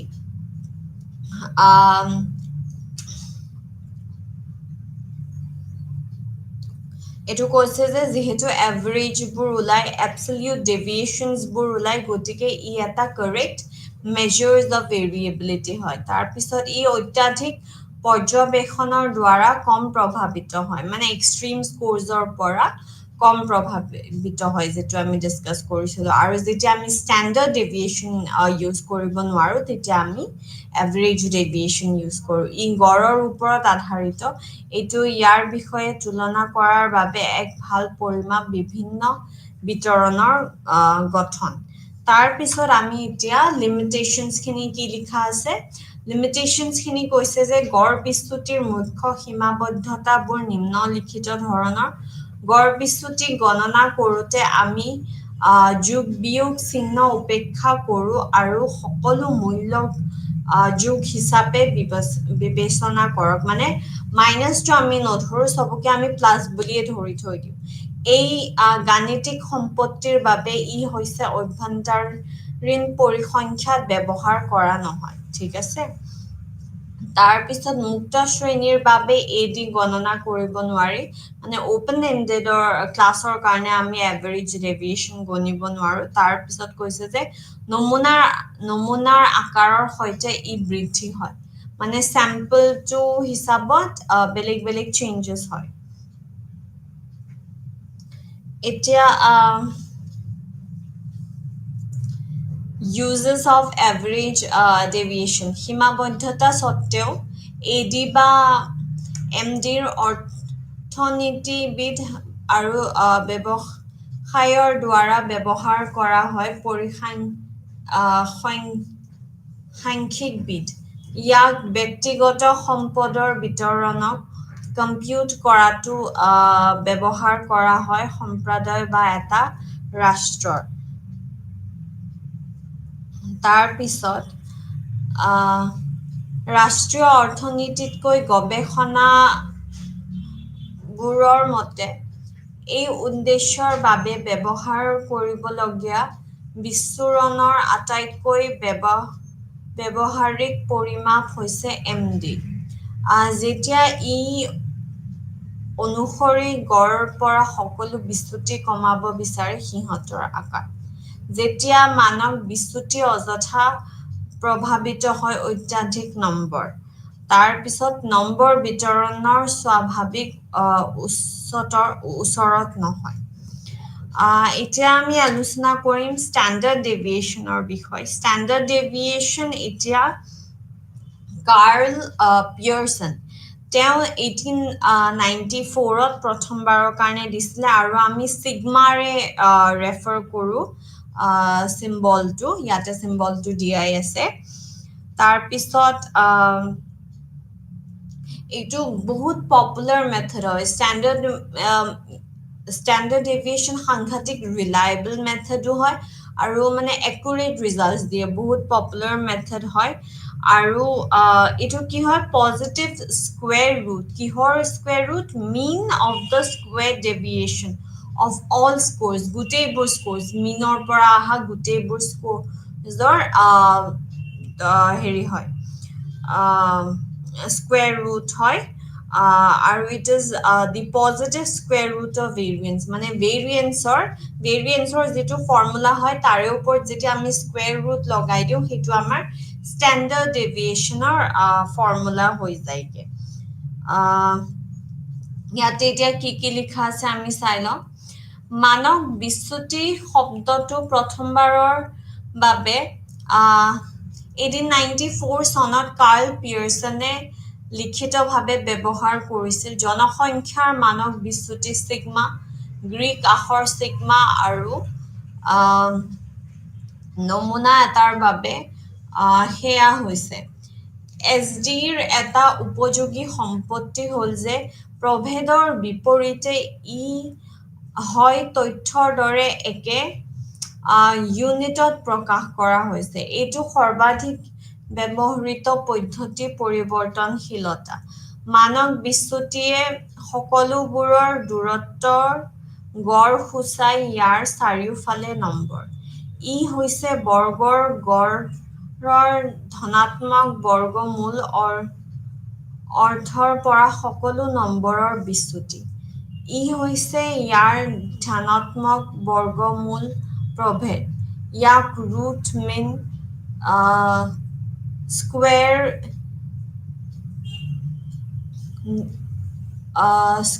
স্কয়াৰ ৰুট বুলিও কোৱা হয় মংগল মানে বিচ্যুতিক গড়ৰ বৰ্গমূল হিচাপে সংজ্ঞায়িত কৰা হৈছে প্ৰতিটো নম্বৰৰ বিচ্যুতিৰ বৰ্গবোৰ গড়ৰ পৰা এছডি এটা পৰম বিচ্ছুৰণৰ জোখ আৰু ই হৈছে আটাইতকৈ স্থিৰ আৰু নিৰ্ভৰযোগ্য জোখ পৰিৱৰ্তনশীলতা মানক বিচ্যুতিয়ে দেখুৱায় যে কিমান তাৰতম্য আছে ইয়াৰ পৰা এছডি হৈছে কেৱল গড়ৰ পৰা গণনা কৰা হৈছে যদি মানক বিচ্যুতি কম হয় ইয়াৰ অৰ্থ হৈছে যে ডেটা গড়ৰ ওচৰত এটা উচ্চ মানক বিচ্যুতিয়ে সূচায় যে ডাটা হৈছে মূল্যৰ এক বৃহৎ পৰিসৰত বিয়পি পৰিছে। মানক বিচ্যুতিয়ে এক হিচাপে কাম কৰিব পাৰে অনিশ্চয়তাৰ যুগ।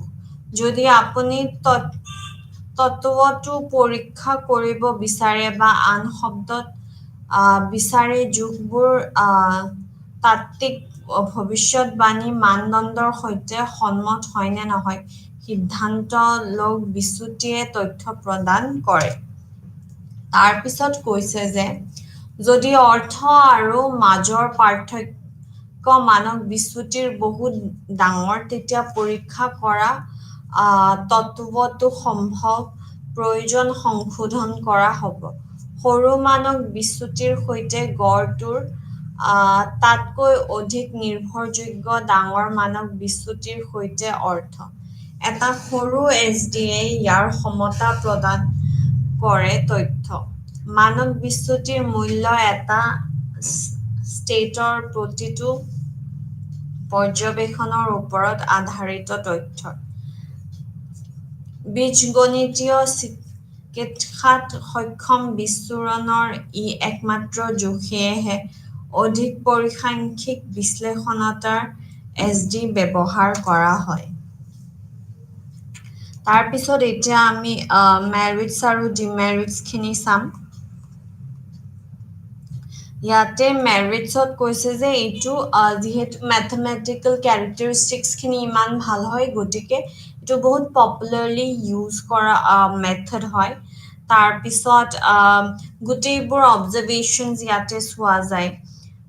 তাৰপিছত একুৰেট পপুলেশ্যনৰ এটা একুৰেট এষ্টিমেট দিয়ে পেৰিমিটাৰ যেতিয়া কম্পেয়াৰ কৰা হয় বেলেগ মেজাৰ্ছ বেলেগ যেনেকৈ ৰেঞ্জ আছে কোৱাৰ্টাইল ডেভিয়েশ্যন আছে সেইবোৰতকৈ বহুত বেছি নিৰ্ভৰযোগ্যশীল হয় মানে ষ্টেণ্ডাৰ্ড ডেভিয়েশ্যন। তাৰপিছত ষ্টেণ্ডাৰ্ড ডেভিয়েশ্যনে কি হয় চেম্পল ফ্লাকচুৱেশ্যন যিটো হয় তাৰে পৰা লিষ্ট এফেক্টেড হয় ষ্টেণ্ডাৰ্ড ডেভিয়েশ্যন। ইমান বেছি এফেক্ট নকৰে মানে ইমান বেছি খেলি মেলি নহয় বস্তুখিনি। তাৰপিছত it is also' possible to calculate combined SD. Combine কৰি লৈ ফালেও ষ্টেণ্ডাৰ্ড ডেভিয়েশ্যন আমি কেলকুলেট কৰিব পাৰোঁ যিটো সম্ভৱ নহয় বেলেগ বেলেগ মেজাৰ্ছৰ লগত সম্ভৱ নহয়। তাৰপিছত আমি যেতিয়া ষ্টেণ্ডাৰ্ড ডেভিয়েশ্যন ওলাওঁ আমি ইয়াৰে পিছলৈ কোৰিলেশ্যন এন'ভা টি টেষ্ট এইবোৰ ষ্টেটিষ্টিক্সো আমি কৰিবলৈ পাৰোঁ আৰু আমাৰ সুবিধা হয় কৰিবলৈ। তাৰপিছত যিটো কোএফিচিয়েণ্ট অফ ভেৰিয়েশ্যন আছে সেইটো মিন আৰু ষ্টেণ্ডাৰ্ড ডেভিয়েশ্যনৰ ওপৰতে নিৰ্ভৰশীল গতিকে মেজাৰ্ছ অফ ভেৰিয়েবিলিটিৰ কাৰণে এইটো বহুত মানে সকলোতকৈ বেছি এপ্ৰপ্ৰিয়েট মেথড হয়। তাৰপিছত লিমিটেশ্যনছ কি আছে প্ৰথম কথা হ'ল যে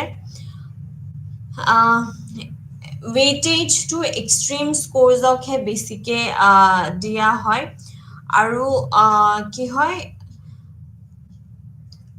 আমি যেতিয়া কেলকুলেশ্যনছ কৰোঁ ন কেলকুলেশ্যনছ কৰাটো অকণমান মানে ডিফিকাল্ট হয়। বাকীবোৰ মেজাৰ মানে কি হয় বাকীবোৰ ৰেঞ্জ কোৱাৰ্টাইল ডেভিয়েশ্যন এইবোৰত পুতুককৈ মানে ফৰ্মুলাটো মনত থাকে বা আমাৰ পুতুককৈ হৈ যায় কিন্তু ইয়াতে যিহেতু স্কুৱেৰ ৰুটৰ কথা আছে গতিকে অলপ কৰোঁতে মানে খেলি মেলি হৈ যায়গৈ। তাৰপিছত এতিয়া আমি চাম ইউজেছ ষ্টেণ্ডাৰ্ড ডেভিয়েশ্যনৰ ইউজেছখিনি। ইউজেছ কি হয় যে যেতিয়া এজনৰ অধিক নিৰ্ভৰযোগ্য আৰু সঠিক জোখৰ প্ৰয়োজন হয় তেতিয়া এছডি ব্যৱহাৰ কৰা হয় পৰিৱৰ্তনশীলতা কিন্তু বিতৰণ স্বাভাৱিক বা ওচৰত থাকিলে ইয়াক পৰামৰ্শ দিয়া হয় স্বাভাৱিকলৈ। মানে কথাটো হৈছে যে যেতিয়া আমাক ৰিলায়েবল একুৰেট মেজাৰ এটা লাগে ভেৰিয়েবিলিটিৰ আৰু যেতিয়া ডিষ্ট্ৰিবিউশ্যনটো প্ৰায় নৰ্মেল হয় বা নিয়ৰ নৰ্মেল হয় তেতিয়া আমি ষ্টেণ্ডাৰ্ড ডেভিয়েশ্যন ইউজ কৰোঁ আৰু ই আমাক সহায় কৰে পিছৰ যিবোৰ ডাঙৰ ডাঙৰ ষ্টেটিষ্টিক্স আছে ন বেছ টু ষ্টেণ্ডাৰ্ড ডিভিয়েশ্যনে বহাই দিয়ে পিছৰ ষ্টেটিষ্টিক্সবোৰ কৰিবলৈ যেনেকৈ কোৰিলেশ্যন ৰিগ্ৰেশ্যন টেষ্ট অফ ছিগনিফিকেঞ্চ এইবোৰ কৰিবলৈকে হেল্প কৰি দিয়ে ঠিক আছে গতিকে আমি আকৌ এবাৰ চাই লওঁ ষ্টেণ্ডাৰ্ড ডিভিয়েশ্যন মানে কি হয় মানৱ বিচ্যুতি শব্দটো প্ৰথমবাৰৰ বাবে 1894 চনত কাৰ্ল পিয়াৰছনে লিখিতভাৱে ব্যৱহাৰ কৰিছিল জনসংখ্যাৰ মানৱ বিচ্যুতি সিগমা গ্ৰীক আখৰ সিগমা আৰু নমুনা এটাৰ বাবে সেয়া হৈছে এছডিৰ এটা উপযোগী সম্পত্তি হ'ল যে প্ৰভেদৰ বিপৰীতে ই হয় তথ্যৰ দৰে এক ইউনিটত প্ৰকাশ কৰা হৈছে এইটো সৰ্বাধিক ব্যৱহৃত পদ্ধতিৰ পৰিৱৰ্তনশীলতা মানৱ বিচ্যুতিয়ে সকলোবোৰৰ দূৰত্বৰ গড় সূচাই ইয়াৰ চাৰিওফালে নম্বৰ ই হৈছে গড়ৰ ধনাত্মক বৰ্গমূল অৰ্থৰ পৰা সকলো নম্বৰৰ বিচ্যুতি ই হৈছে ইয়াৰ ধনাত্মক বৰ্গমূল প্ৰভেদ ইয়াক ৰুট মিন স্কুৱেৰৰ ডিস্কুৱেট বুলিও কোৱা হয় মংগল মানৱ বিচ্যুতিক গড়ৰ বৰ্গমূল হিচাপে সংজ্ঞায়িত কৰা হৈছে প্ৰতিটো নম্বৰৰ বিচ্যুতিৰ বৰ্গবোৰ গড়ৰ পৰা এছডি এটা পৰম বিচ্ছুৰণৰ জোখ আৰু ই হৈছে আটাইতকৈ স্থিৰ আৰু নিৰ্ভৰযোগ্য জোখ বিতৰণশীলতা মানৱ বিচ্যুতিয়ে দেখুৱাই যে কিমান তাৰতম্য আছে ইয়াৰ পৰা এছডি হৈছে কেৱল গড়ৰ পৰা গণনা কৰা হৈছে যদি মানৱ বিচ্যুতি কম হয় ইয়াৰ অৰ্থ হৈছে যে ডাটা গড়ৰ ওচৰত এটা উচ্চ মানৱ বিচ্যুতিয়ে সূচাই যে ডাটা হৈছে মূল্যৰ এক বৃহৎ পৰিসৰত বিয়পি পৰিছে মানৱ বিচ্যুতিয়ে এক হিচাপে কাম কৰিব পাৰে অনিশ্চয়তাৰ জোখ যদি আপুনি তত্ত্বটো পৰীক্ষা কৰিব বিচাৰে বা আন শব্দত বিচাৰে জোখবোৰ তাত্ত্বিক ভৱিষ্যদ্বাণী মানদণ্ডৰ সৈতে সন্মত হয় নে নহয় সিদ্ধান্ত লওক বিচ্যুতিয়ে তথ্য প্ৰদান কৰে যদি অৰ্থ আৰু মাজৰ পাৰ্থক্য মানৱ বিচ্যুতি বহুত ডাঙৰ তেতিয়া পৰীক্ষা কৰা তত্ত্বসম্ভৱত প্ৰয়োজন সংশোধন কৰা হ'ব সৰু মানৱ বিচ্যুতিৰ সৈতে গড়টো তাতকৈ অধিক নিৰ্ভৰযোগ্য ডাঙৰ মানৱ বিচ্যুতিৰ সৈতে অৰ্থ এটা সৰু এছডিয়ে ইয়াৰ সমতা প্ৰদৰ্শন কৰে তথ্য মানৱ বিচ্যুতিৰ মূল্য এটা ছেটৰ প্ৰতিটো পৰ্যবেক্ষণৰ ওপৰত আধাৰিত তথ্যৰ বীজগণিতীয় চিকিৎসাত সক্ষম বিচ্ছুৰণৰ ই একমাত্ৰ জোখ সেয়েহে অধিক পৰিসাংখ্যিক বিশ্লেষণত এছডি ব্যৱহাৰ কৰা হয় তাৰপিছত মানৱ বিচ্যুতিৰ ব্যৱহাৰ কৰাৰ মুখ্য গুণাগতবোৰ নিম্নলিখিত ধৰণৰ ইয়াক বহুলভাৱে ব্যৱহাৰ কৰা হয় কিয়নো ই ইয়াৰ দ্বাৰা তাৰতম্যৰ সৰ্বশ্ৰেষ্ঠ জোখ গাণিতিক বৈশিষ্ট্য ই তথ্যৰ সকলো পৰ্যবেক্ষণৰ ওপৰত আধাৰিত তুলনা কৰিলে ই জনসংখ্যাৰ প্ৰাচলৰ সঠিক আকলন দিয়ে তাৰতম্যৰ অন্যান্য জোখৰ সৈতে নমুনাৰ তাৰতম্যৰ দ্বাৰা এছডি আটাইতকৈ কম প্ৰভাৱিত হয় সংযুক্ত এছডি গণনা কৰাও সম্ভৱ যাৰ সৈতে সম্ভৱ নহয় অন্যান্য ব্যৱস্থা অধিক পৰিসংখ্যা এছডি যেনে পাৰস্পৰিক সম্পৰ্কৰ আধাৰত প্ৰয়োগ কৰিব পাৰি। আহ, প্ৰত্যাক্ৰমণ, গুৰুত্বপূৰ্ণ পৰীক্ষা ইত্যাদি। তাৰতম্যৰ গুণাংক গড় আৰু এছডিৰ ওপৰত আধাৰিত। ই আটাইতকৈ বেছি 2 বা ততোধিক বিতৰণৰ পৰিৱৰ্তনশীলতা তুলনা কৰাৰ বাবে উপযুক্ত পদ্ধতি। তাৰ পিছত এছডিৰ সীমাবদ্ধবোৰ নিম্নলিখিত ধৰণৰ। মানক বিচ্যুতি গণনা কৰোঁতে অধিক ওজন চৰম হয় মূল্যবোৰ আৰু সেইবোৰৰ বাবে কম উপায়ৰ ওচৰত। বিচূৰণৰ অন্যান্য জোখৰ তুলনাত গণনা কৰা কঠিন। তাৰপিছত আমাৰ আছে মানক বিচ্যুতিৰ ব্যৱহাৰ নিম্নলিখিত ধৰণৰ। যেতিয়া এজনৰ অধিক নিৰ্ভৰযোগ্য আৰু সঠিক জোখৰ প্ৰয়োজন হয় তেতিয়া এছডি ব্যৱহাৰ কৰা হয় পৰিৱৰ্তনশীলতাৰ কিন্তু বিতৰণ স্বাভাৱিক বা ওচৰত থাকিলে ইয়াক পৰামৰ্শ দিয়া হয় স্বাভাৱিকলৈ। ইয়াক ব্যৱহাৰ কৰা হয় যেতিয়া পৰৱৰ্তী পৰিসংখ্যা যেনে পাৰস্পৰিক সম্পৰ্ক, প্ৰত্যাক্ৰমণ পৰীক্ষা, তাৎপৰ্য ইত্যাদি গণনা কৰিব লাগিব।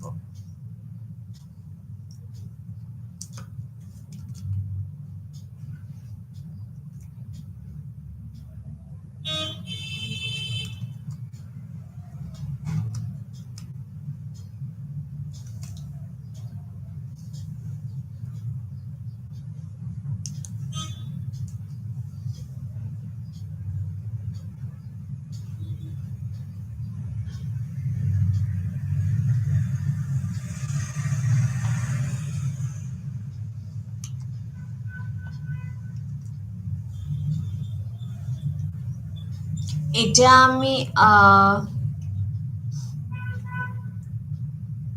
ভেৰিয়েন্সৰ বিষয়ে পঢ়িম। ভেৰিয়েন্স কি হয় যে এই ভেৰিয়েন্সটো কেতিয়া ওলাইছিলে 1913ত আৰ.এ. ফিছাৰে ওলাইছিলে। তো ফিছাৰে কি কৈছিলে যে এই স্কুৱেৰ অফ ষ্টেণ্ডাৰ্ড ডিভিয়েশ্যন যিটো আছে না সেইটো ডেছক্ৰাইব কৰিবলৈ ওলাইছিলে। আৰু এই যিটো কনচেপ্ট হয় ভেৰিয়েন্সৰ কনচেপ্ট এইটো বহুত ইম্পৰ্টেণ্ট হয় কাৰণ কি আমি এইটো স্প্লিট কৰিব পাৰোঁ বেলেগ বেলেগ ধৰণে স্প্লিট কৰিব পাৰোঁ আৰু ভেৰিয়েন্স বহুত বেছি ক্ল'জলি ৰিলেটেড হয় ষ্টেণ্ডাৰ্ড ডেভিয়েশ্যনৰ লগত আৰু ইজিলি কেলকুলেট কৰিব পাৰে। এতিয়া মেৰিটছ আৰু ডিমেৰিটছবোৰ চাওঁ। মেইন মেৰিটছ হ'ল যে ই বহুত ৰিজিডলি বেছড হয় গোটেইবোৰ অবজাৰভেশ্যনছৰ লগত। তাৰপিছত পিছলে যদি আমি কিবা এলজেব্ৰিক ইকুৱেশ্যন কৰিবলৈ চাওঁ তেতিয়াহ'লে মানে আমি সলনি কৰিব পাৰোঁ। তাৰপিছত চেম্পলিং ফ্লাকচুৱেশ্যনছৰ লগত ইনভলভ নহয় আৰু লেছ ইৰেটিক হয় মানে অনিয়মীয় নহয়। ঠিক আছে। তাৰপিছত ডিমেৰিটছ কি আছে যে বুজি পোৱা আৰু গণনা কৰা কঠিন হয় মানে ভেৰিয়েন্সটো পটককৈ মাথাত নোসোমায় বস্তুটো কি হয়। আৰু যিবোৰ এক্সট্ৰিম ভেলিউজ আছে সেইবোৰ এক্সট্ৰিম ভেলিউবোৰক ৱেইটেজ দিয়া হয়। তাৰপিছত অ'কে এইখিনি আমি চাই লওঁ কি লিখা আছে। মানক বিচ্যুতিৰ বৰ্গ বৰ্ণনা কৰিবলৈ প্ৰভেদ শব্দটো ব্যৱহাৰ কৰা হৈছিল 1913 চনত আৰ.এ. ফিছাৰ। প্ৰভেদৰ ধাৰণাটো যথেষ্ট গুৰুত্বপূৰ্ণ উন্নত কাম য'ত মুঠটো কেইবাটাও ভাগত বিভক্ত কৰা সম্ভৱ। প্ৰতিটো তেওঁলোকৰ মূল শৃংখলাৰ তাৰতম্য সৃষ্টি কৰা এটা কাৰকৰ বাবে দায়ী। প্ৰভেদ হৈছে তেওঁলোকৰ চাৰিওফালে থকা ডাটা বিন্দুৰ এক সংহতিৰ বিচূৰণৰ এক জোখ অৰ্থমান। এইটো গড় বৰ্গ বিচ্যুতিৰ এটা গাণিতিক প্ৰত্যাখ্যা অৰ্থৰ পৰা প্ৰভেদবোৰ বা মিন স্কুৱেৰবোৰ MS হৈছে পাটিগণিতৰ অৰ্থ তেওঁলোকৰ সামৰ্থ্যৰ পৰা ব্যক্তিগত নম্বৰৰ বৰ্গীকাৰ বিচ্যুতিৰ অৰ্থাৎ এইটো নম্বৰৰ বৰ্গ বিচ্যুতিৰ গড় V হিচাপে প্ৰভেদ প্ৰকাশ কৰা হয় SD স্কুৱেৰ প্ৰভেদৰ মুখ্য গুণাগতবোৰ নিম্নলিখিত ধৰণে তালিকাভুক্ত কৰা হৈছে ইয়াক কঠোৰভাৱে সংজ্ঞায়িত কৰা হয় আৰু সকলো পৰ্যবেক্ষণৰ ওপৰত আধাৰিত কৰা হয় অধিক বীজগণিতীয় চিকিৎসা কৰাটো উপযুক্ত ই নমুনাৰ তাৰতম্যৰ দ্বাৰা প্ৰভাৱিত নহয় ই কম অনিয়মীয়া তাৰপিছত প্ৰভেদৰ মুখ্য দোষবোৰ নিম্নলিখিত ধৰণে তালিকাভুক্ত কৰা হৈছে বুজি পোৱা আৰু গণনা কৰা কঠিন ই অত্যাধিক মূল্যবোধক অধিক ওজন দিয়ে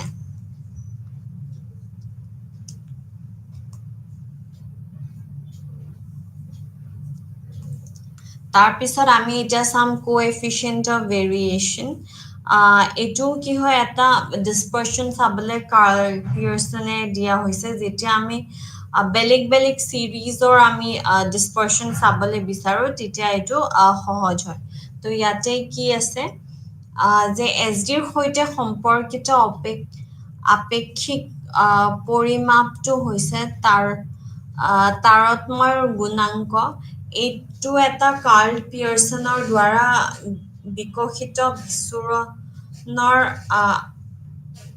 আপেক্ষিক পৰিমাপ যেতিয়া আমি বিচৰা দুটা পৃথক শৃংখলাৰ তাৰতম্য বিচ্ছুৰণৰ তুলনা কৰক ইয়াৰ আপেক্ষিক জোখ মানক বিচ্যুতিৰ গণনা কৰিব লাগিব ইয়াক তাৰতম্যৰ গুণাংকক বুলি কোৱা হয় বা এছডিৰ গুণাংকক ইয়াক এছডি হিচাপে সংজ্ঞায়িত কৰা হয় যাৰ শতাংশ হিচাপে প্ৰকাশ কৰা হয় অৰ্থ তাৰতম্যৰ গুণাংকে মানদণ্ডৰ অনুপাত প্ৰতিনিধিত্ব কৰে ইয়াৰ অৰ্থৰ সৈতে বিচ্যুতি আৰু ই পৰিমাণ তুলনা কৰাৰ বাবে এক উপযোগী পৰিসংখ্যা এটা ডাটা শৃংখলাৰ পৰা আন এটালৈ তাৰতম্য আনকি উপায়বোৰ যথেষ্ট হলেও ইজনে সিজনৰ পৰা পৃথক সেয়েহে ই এছডি বা প্ৰভেদতকৈ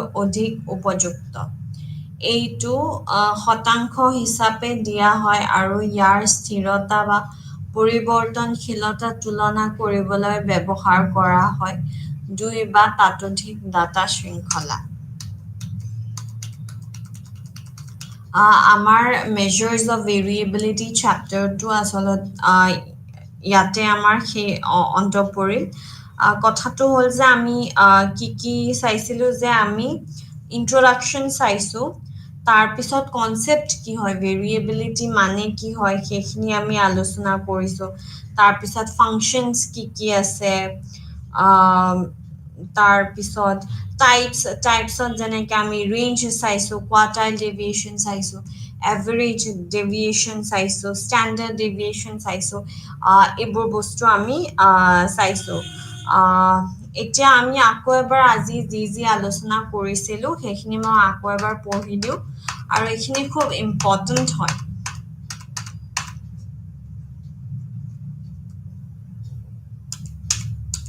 ওকে আজি আমি মিন ডেভিয়েশনৰ পৰা আলোচনা কৰিছিলো তো আকৌ এবাৰ আমি যেহেতু আমাৰ হাতত সময় আছে আমি অলপ মিন ডেভিয়েশনৰ পৰা ইয়াতে কি লিখা আছে মই এবাৰ পঢ়ি দিও আপোনালোকে তেতিয়া আকৌ এবাৰ আউৰাই ল'ব পাৰিব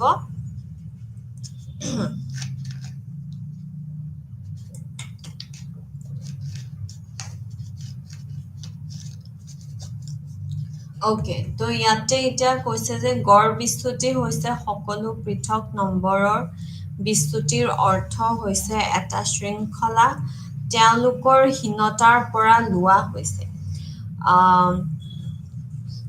গুইলফৰ্ডৰ মতে গড় বিচ্যুতি হ'ব পাৰে বীজগণিতীয় চিহ্নবোৰৰ সময়ত সকলো বিচ্যুতিৰ গড় বা গড় হিচাপে বৰ্ণনা কৰা হয় একাউণ্টলৈ নিয়া নহয় গড় হৈছে এক কেন্দ্ৰীয় মূল্য আৰু সেয়েহে কিছুমান বিচ্যুতি ধনাত্মক হ'ব আৰু অৰ্থাৎ প্লাছ হ'ব আৰু কিছুমান ঋণাত্মক হ'ব পাৰে মাইনাছ অৰ্থাৎ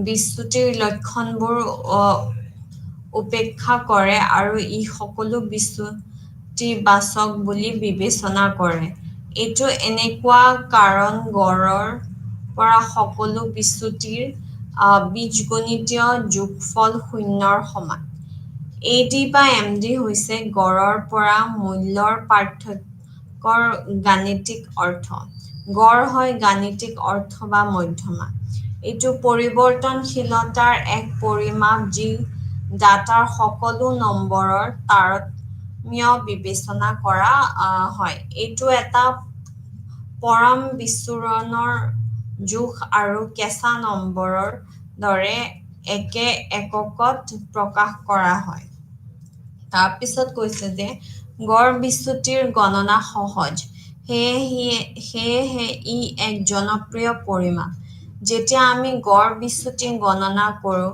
প্ৰতিটো পৰ্যবেক্ষণক সমান ওজন দিয়া হয় মূল্য আৰু এনেদৰে ই সূচায় যে প্ৰতিটো পৰ্যবেক্ষণ গড়ৰ পৰা কিমান দূৰত আছে বিজ্ঞাপন বা কেন্দ্ৰীয় প্ৰৱণতাৰ যিকোনো ব্যৱস্থাৰ পৰা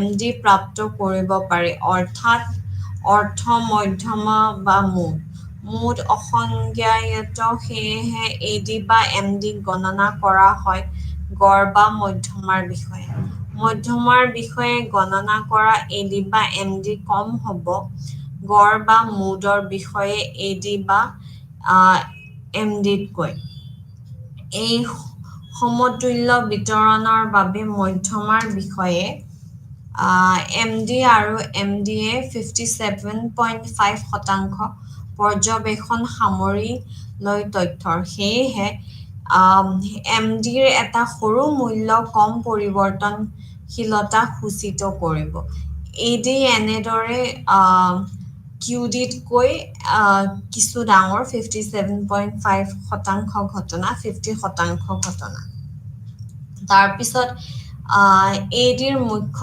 গুণাগতবোৰ নিম্নলিখিত ধৰণৰ AD বা MD বুজিবলৈ আৰু গণনা কৰিবলৈ সহজ ই সকলো পৰ্যবেক্ষণৰ ওপৰত আধাৰিত আৰু R বা QDৰ বিপৰীতে ই পৰিৱৰ্তনশীলতাৰ এক সঠিক পৰিমাপ কিয়নো ই পৰম গড় কৰে বিচ্যুতি ই অত্যাধিক পৰ্যবেক্ষণৰ দ্বাৰা কম প্ৰভাৱিত হয় ই গড়ৰ ওপৰত আধাৰিত এইটো ইয়াৰ বিষয়ে তুলনা কৰাৰ বাবে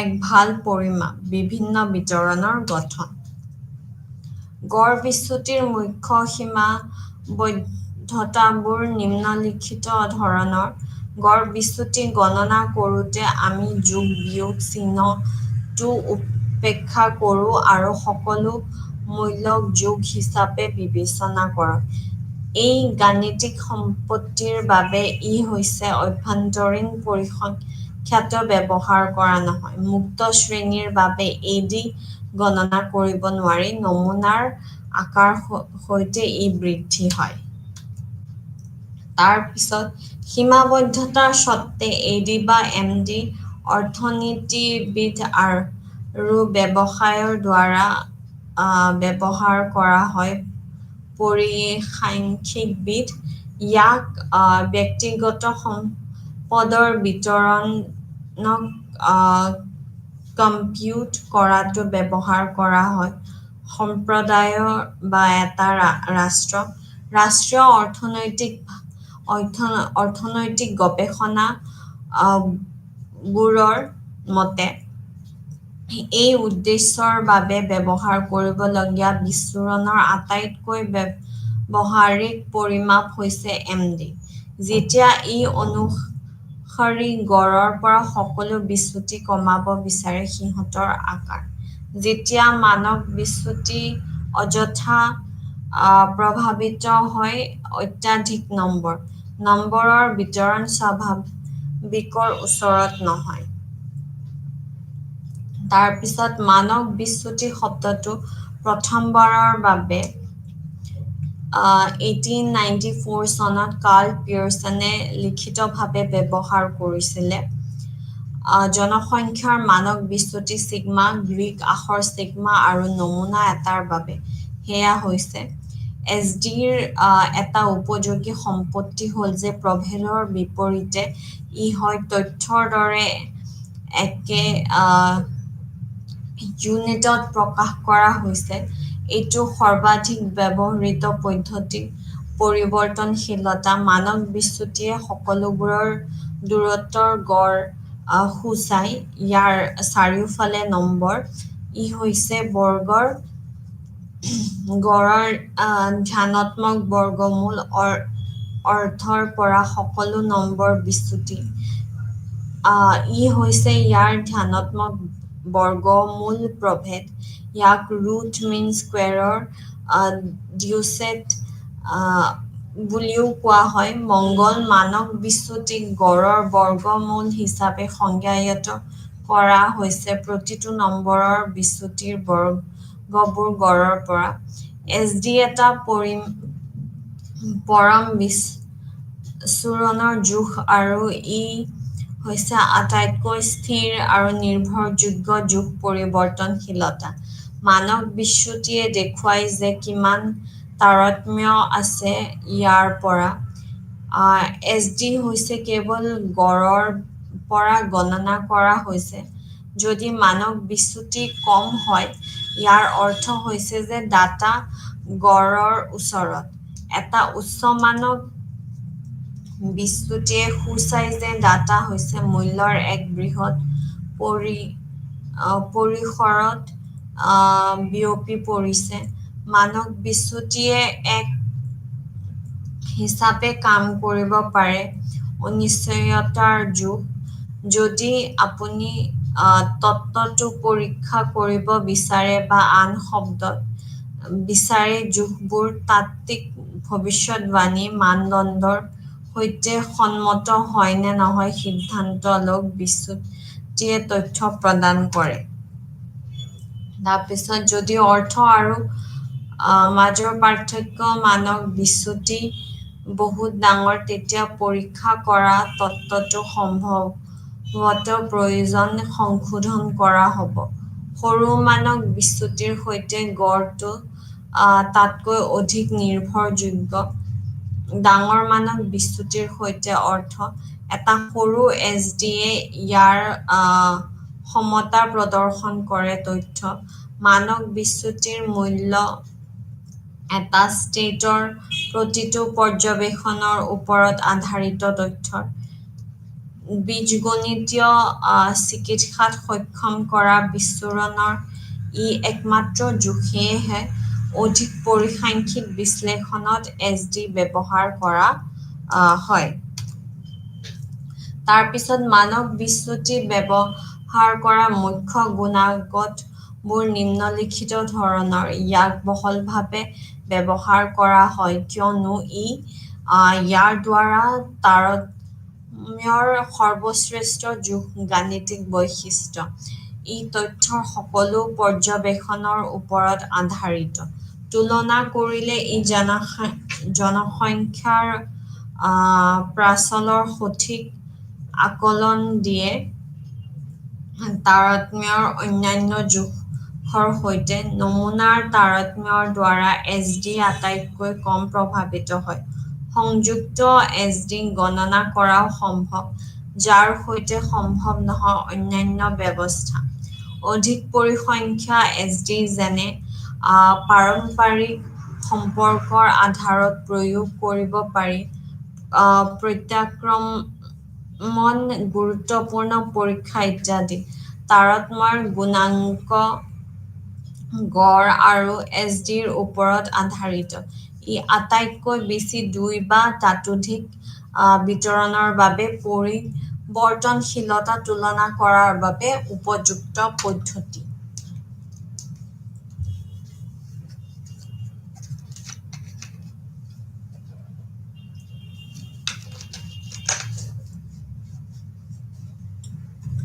তাৰপিছত এছডিৰ সীমাবদ্ধতাবোৰ নিম্নলিখিত ধৰণৰ যে মানক বিচ্যুতি গণনা কৰোঁতে অধিক ওজন চৰম হয় মূল্যবোৰ আৰু সেইবোৰৰ বাবে কম উপায়ৰ ওচৰত। তাৰপিছত বিচ্ছুৰণৰ অন্যান্য জোখৰ তুলনাত গণনা কৰা কঠিন। তাৰপিছত মানক বিচ্যুতিৰ ব্যৱহাৰ নিম্নলিখিত ধৰণৰ যেতিয়া এজনৰ অধিক নিৰ্ভৰযোগ্য আৰু সঠিক জোখৰ প্ৰয়োজন হয় তেতিয়া এছডি ব্যৱহাৰ কৰা হয় পৰিৱৰ্তনশীলতা, কিন্তু বিতৰণ স্বাভাৱিক বা ওচৰত থাকিলে ইয়াক পৰামৰ্শ দিয়া হয় স্বাভাৱিকলৈ। ইয়াক ব্যৱহাৰ কৰা হয় যেতিয়া পৰৱৰ্তী পৰিসংখ্যা যেনে পাৰস্পৰিক সম্পৰ্ক, প্ৰত্যাক্ৰম পৰীক্ষা তাৎপৰ্য ইত্যাদি গণনা কৰিব লাগে। তাৰপিছত মানক বিচ্যুতিৰ বৰ্গ বৰ্ণনা কৰিবলৈ প্ৰভেদ শব্দটো ব্যৱহাৰ কৰা হৈছিল। আমি এতিয়া ভেৰিয়েন্সৰ কথা পাতি আছো। প্ৰভেদ শব্দটো ব্যৱহাৰ কৰা হৈছিল 1913 চনত R.A. ফিছাৰ। প্ৰভেদৰ ধাৰণাটো যথেষ্ট গুৰুত্বপূৰ্ণ উন্নত কাম য'ত মুঠটো কেইবাটাও ভাগত বিভক্ত কৰা সম্ভৱ। প্ৰতিটো তেওঁলোকৰ মূল শৃংখলাৰ তাৰতম্য সৃষ্টি কৰা এটা কাৰকৰ বাবে দায়ী। প্ৰভেদ হৈছে তেওঁলোকৰ চাৰিওফালে থকা ডাটা বিন্দুৰ এক সংহতিৰ বিচ্ছুৰণৰ এক জোখ অৰ্থমান। এইটো গড় বৰ্গ বিচ্যুতিৰ এটা গাণিতিক প্ৰত্যাশা অৰ্থৰ পৰা। প্ৰভেদবোৰ বা মিন স্কুৱেৰৰ MS হৈছে পাটীগণিতৰ অৰ্থত তেওঁলোকৰ সামৰ্থ্যৰ পৰা ব্যক্তিগত নম্বৰৰ বৰ্গীকাৰ বিচ্যুতিৰ, অৰ্থাৎ এইটো নম্বৰৰ বৰ্গ বিচ্যুতিৰ গড়।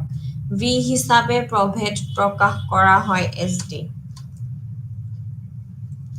তাৰপিছত প্ৰভেদৰ মুখ্য গুণাগতবোৰ নিম্নলিখিত ধৰণে তালিকাভুক্ত কৰা হৈছে। ইয়াক কঠোৰভাৱে সংজ্ঞায়িত কৰা হয় আৰু সকলো পৰ্যবেক্ষণৰ ওপৰত আধাৰিত কৰা হয়।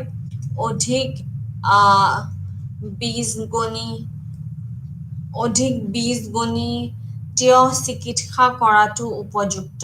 ই নমুনাৰ তাৰতম্যৰ দ্বাৰা প্ৰভাৱিত নহয়, ই কম অনিয়মীয়া।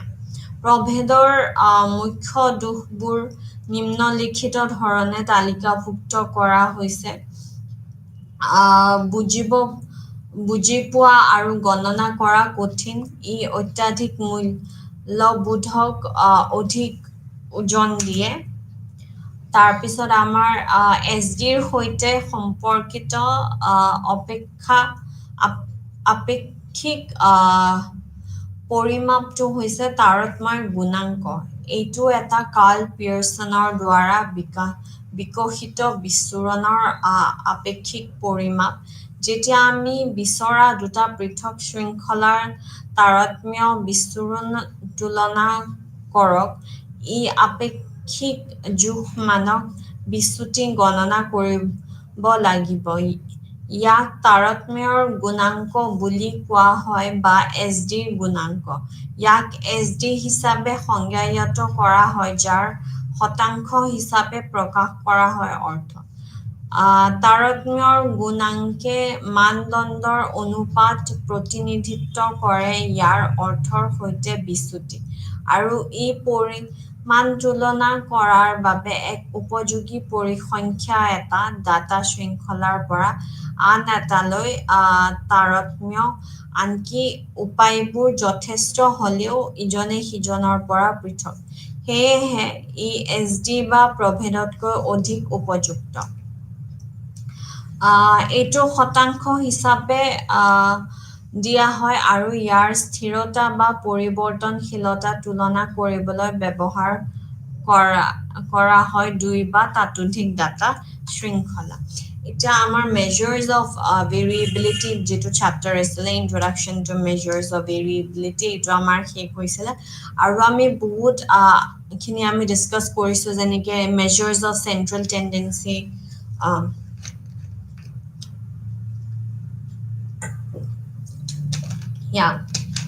যেনেকে মিন মিডিয়ান মোড আমি আলোচনা কৰিছো তাৰ পিছত আমি আৰু কি আলোচনা কৰিছো আমি প্ৰথমতে আমি সাইকোলজিক্যাল ৰিসাৰ্চ কি হয় তাৰ বিষয়ে আলোচনা কৰিছিলো তাৰছত আমি স্যাম্পলিংৰ বিষয়ে আমি আলোচনা কৰিছো এই এখন যিখন পেপাৰ হয় আমাৰ ষ্টেটিষ্টিক্সৰ পেপাৰ হয় statistical methods and psychological research তাৰে আন্ডাৰত আমি psychological research কি হয় sampling তাৰ পিছত আমাৰ quantitative research qualitative researchৰ বিষয়ে আলোচনা কৰিছো তাৰ পিছত বিভিন্ন ধৰণৰ টেকনিক্স যাৰ থ্ৰু দি আমি ডেটা কালেক্ট কৰি যেনেকে case study observation method archival method historical method এইবোৰ আমি পঢ়িছো তাৰ পিছত কোৰিলেশন আনোভা এইবোৰ বিষয়ে আমি আলোচনা কৰিছো তাৰছত আমি ষ্টেটিষ্টিক্সলৈকে লাহে লাহে আমি আগবাঢ়িছো তাৰ পিছত আমি measures of introduction to measures of central tendency য'ত আমি mean median mode কথা আলোচনা কৰিছো তাৰ পিছত আমি এটা variability আলোচনা কৰিলো তাৰ পিছত আমি আমাৰ unit 8 টো আমাৰ ৰৈ গৈছে যেটো আমাৰ graphical representation হয় গতিকে আমি next যি ক্লাস থাকিব তাতে আমি গ্ৰাফিক্যাল ৰিপ্ৰেজেন্টেশন পঢ়িম তাৰে লগত লাহে লাহে আমি কম্পিউট কেনেকে কৰে মেজাৰ্স অফ ভেৰিয়েবিলিটি কম্পিউট কেনেকে কৰে হেতু আমি চাম তাৰ পিছত কোৰিলেশন কেনেকে উলিয়াব পাৰে তাৰ পিছত নৰ্মেল প্ৰবাবিলিটি যেটো ডিস্ট্ৰিবিউশন হয় তাৰে বিষয়েও আমি লাহেকে আমি আলোচনা কৰি যাম গতিকে